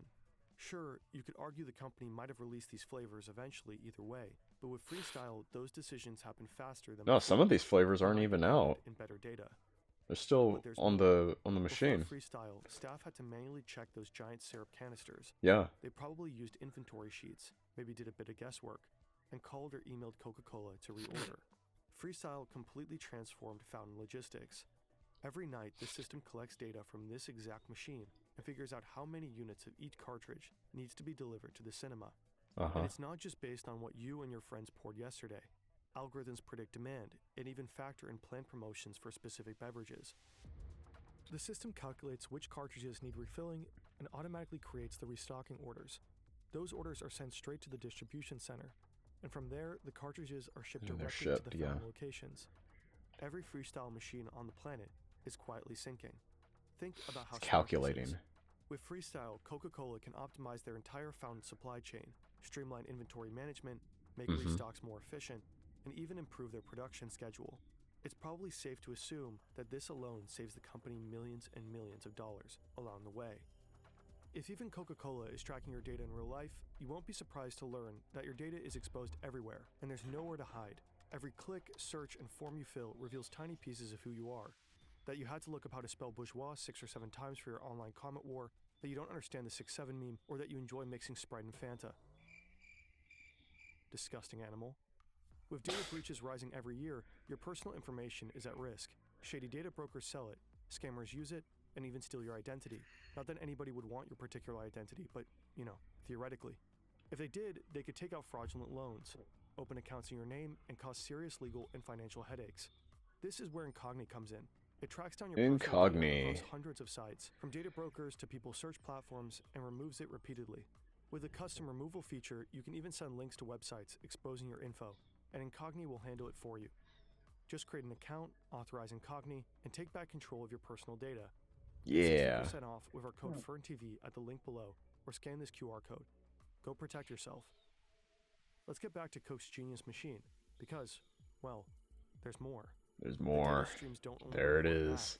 Marketers at HQ can push there new it campaigns is. Straight to the Freestyle. It took a while to get to this level. What did that say? Orange cream? Coke Zero? It required a full software update, during which the machine couldn't pour a single drink. Not exactly ideal, considering many fountains are located Your soda fountain's got an update. Damn. Oh my god. I feel like so many things nowadays, like, they don't even need, like, an internet or, like, online connection with all these, like, fancy stuff like they used to. Or, like, like the stuff that didn't need it, but now they do. It just takes up so much time now. Like, they have these inconveniences. And I'm sure it's all done just through, like, some sort of, like, some underground, like, biometric data that they want to, like, understand habits and how to take advantage of that for their products and things like that. You mean spyware? Exactly. You mean they want us to have the internet so that they can put spyware in there. Well, not just the internet. Well, yeah, like installing, like, Wi-Fi and there's like all these different settings that you can adjust to them to make them like they can accompany you more, things like that. There's a show me and my dad are watching. It's on Apple TV. It's called Your Friends and Neighbors with John Hamm. It's a good show. We need to catch up on it. They're in like their second season. We're in the first season still. But there was a guy. It's about like these like ultra rich people in this neighborhood. All these like snobs and stuff. And John Hamm's character, he's one of them, but he recently got fired from his baking firm, and he's trying to like figure out how to how to like save his money and things like that, because his trust fund was associated with the company he was fired from, so he can't access his money. So he needs to, obviously find a way to like live, and he like steals stuff like secretly from all of his like friends and stuff, and pawns them. But anyways, there's a guy in the show, and he got this uh sponsorship from these guys who made a toilet that's like connected to like the Wi-Fi. Oh my god. What? Yeah. Like it has like these settings where it has like you can like warm up or cool the seat. It like shows like like a like a weekly or daily flush rate. Um there's a Bluetooth speaker for like music and stuff. Like no. Damn. And obviously There's fucking yeah, like obviously, it's supposed to be like a spoof, but I couldn't help but think like, wow, there's actually stuff that are like this. It doesn't even have to be a toilet. But at the same time, it's like a metaphor for like all this pointless shit that's thrown into things that used to just be so simple. He could have only gotten this idea from Benjamin Netanyahu. Exactly. What does Netanyahu want to see how many times I take a fat shit in a day? Like, damn, bro. Yeah. When are we gonna get to the point where the dang soda needs to update? I guess now, apparently. I guess now, Toki. Chains. So in the mid-2010s, Coca-Cola integrated AirWatch, a modern device management platform. Now, what is instead of this? sending out a massive software update, whenever marketers want to roll out a campaign, they could push tiny data packages. While receiving the configurations, the machines most likely stay fully operational. They simply download and display the new content, like this Halloween special. Okay. What happens next is called nudging. A new flavor might be the first bubble you see, or a short teaser video might just catch your eye. You're still free to pick whatever you want, but those gentle nudges make you more likely to experiment. Adverts. Recorded choices Fucking advertisements on my damn soda machine. Bro. There's gotta be like an ad in almost everything these days. Flavor, all feeding directly into Coca-Cola's product development. But wait a minute. This little black dot up there, is that a camera? Is this thing recording you? What? Well, Coca-Cola did plan to install a camera in one of their freestyle models. They've included it in their spec sheet and described it with the words, future capability for motion sensing and facial recognition. This way, the company could have tracked every smile when you mix flavors, every frown when it doesn't taste right after a little test sip, literally observing which combos make you happy or annoyed. Every reaction is data. But could they really pull this off? At least in theory. I ain't gonna lie, I just take the drink and walk away. I don't even like taste it at the fountain. Like if I ever if I go back to a soda fountain, it'll be like one of two reasons. Either because I want to get more of it, of like whatever drink I had, or that like maybe if I've like at a restaurant or wherever I finished like my drink, there'll usually be like a tray at the bottom, to catch like any of like the soda or ice that falls off. I'll just pour it in that. That's pretty much it. Data protection laws such as general data protection regulations would likely not allow this to happen. Taking my sweet ass time at the soda fountain, just take a drink. As soon as I get my soda, what is that? In public spaces. So hypothetically, it might be feasible there. According to Fortune, in early 2024, AI company Quantify referenced a facial recognition project tied to Freestyle. In a now-removed entry on their website, it reportedly said, each vending machine... Is Palantir associated with this? Image is captured for every customer interacting with the machine. Coca-Cola's marketing team aspired to use these images to generate insights on consumer preferences and usage patterns. Reportedly, Quantify built a machine learning model to detect customer demographics. Basically, the Coca-Cola company could know you're a guy in your 20s, standing here grabbing that Sprite cherry. After Fortune asked questions, the post seemingly vanished. A spokesperson for Coca-Cola said cameras in freestyle fountains were just tested in a laboratory setting. Why did it go away? To 2019. Why'd the When we post asked go away? Coca-Cola about this, they did not respond.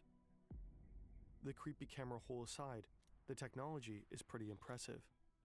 A single globally deployed machine expanding flavor variety, strategically pushing experience marketing, enabling hyper-detailed flavor testing, micro-campaigning, and optimization of the supply chain. You probably stood in front of one of those before and never even had a clue. But there is this one central question we just couldn't shake. Just how much are they saving and making with this?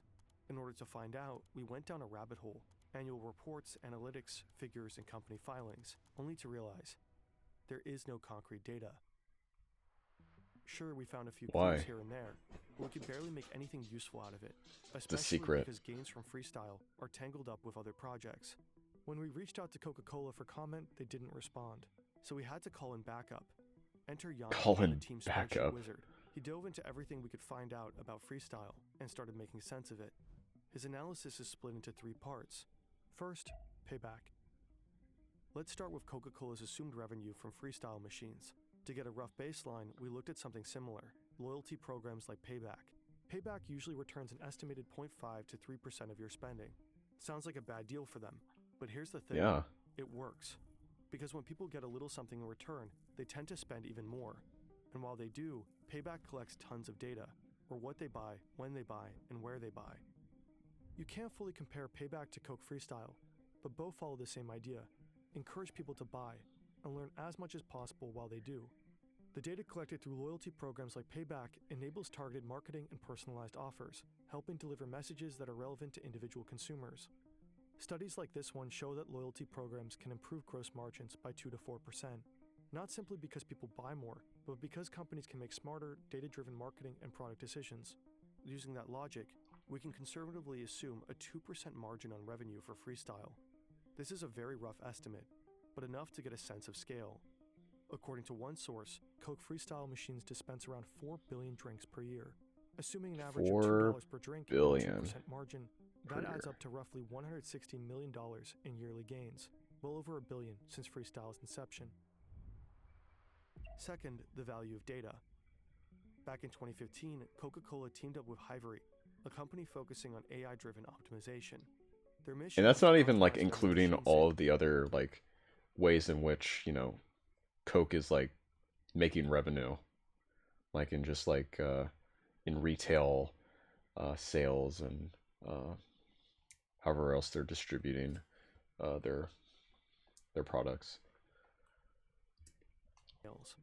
One of Hivery's clients was Reyes Coca-Cola Bottling Co., a U.S. bottler with roughly 19,000 vending machines. I think that's impressive. Oh, I'm sure they're making billions another way. Hivery's software combines sales data with machine learning and some algorithms to predict demand for every beverage and every machine. Reportedly, Reyes saw a 6% sales increase and a 15% reduction in restocking trips. These numbers suggest that data-driven supply chain management can generate significant sales boosts and cost savings. It is reasonable to assume that Freestyle fountains... Because whatever is the popular drink, you want to restock. Third, new flavors. Some of the new flavors Coca-Cola launched based on their Freestyle testing turned out about as popular as the deeply disappointing and unwanted sequel you're going to endure in a few minutes. Hey, Take Coke Cherry Vanilla. It wasn't that disappointing. Even though it was one of the most beloved Freestyle combos, Coca-Cola decided to not produce any more in 2024 due to declining demand. Freestyle may help spot promising new flavors, but it doesn't seem to be foolproof. Out of 4 flavors brought to the market, 2 did not survive. Damn. This doesn't necessarily mean they were bad investments, just that they weren't long-term hits. Coca-Cola may have overestimated how representative Freestyle users are for the broader market. Again, our request for comment went unanswered. While Coca-Cola rarely publishes concrete sales data for specific products, we found a number for one of their newer non-Freestyle Sprite products that shows the potential of this market. Sprite Chill generated $50 million in sales in its first 21 weeks in the North America. I gotta look this up. Sprite Chill. What is that? Like Sprite Mint or something? Is that even possible? Sprite Chill. What is that? What is this? It is a permanent flavor variant of the classic lemon lime soda. Featuring cherry lime flavor, stands out using proprietary cooling agents that create a refreshing icy sensation as you drink, tasting like mint or menthol. Oh, okay, so it's like a mint substitute kind of, just utilizing like different flavors and cooling agents. I see. Sprite Chill. They even have these in like bottles. Why do I never see these though? That's the thing. Like apparently you can like buy them like apparently at Walmart. The fuck? I don't know. Something's up. I want to know a little bit more about this. About these flavors. Market. Again, it's hard to estimate the total profit the company may have made through new flavors that started on freestyle, and how important the found data was for their success. But looking at all three aspects of Yannick's analysis, one thing is relatively safe to assume. The $1 billion Coca-Cola reportedly invested into these machines has long been made back. Wow.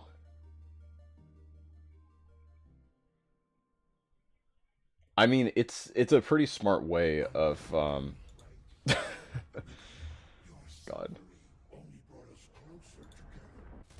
No, take me out of this, please. Pause. Please pause.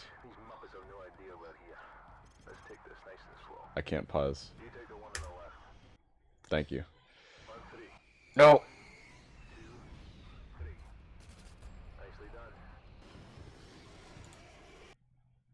God, my laptop. I think it's, like I said, I think it's because it's old. Fuck. Thank you. Oh, man. Anyways, like I was saying, that's pretty smart. Like, if you can, like, be able to analyze, like, what drinks are popular based upon, like, a soda machine and how often they get, like, restocked, you know?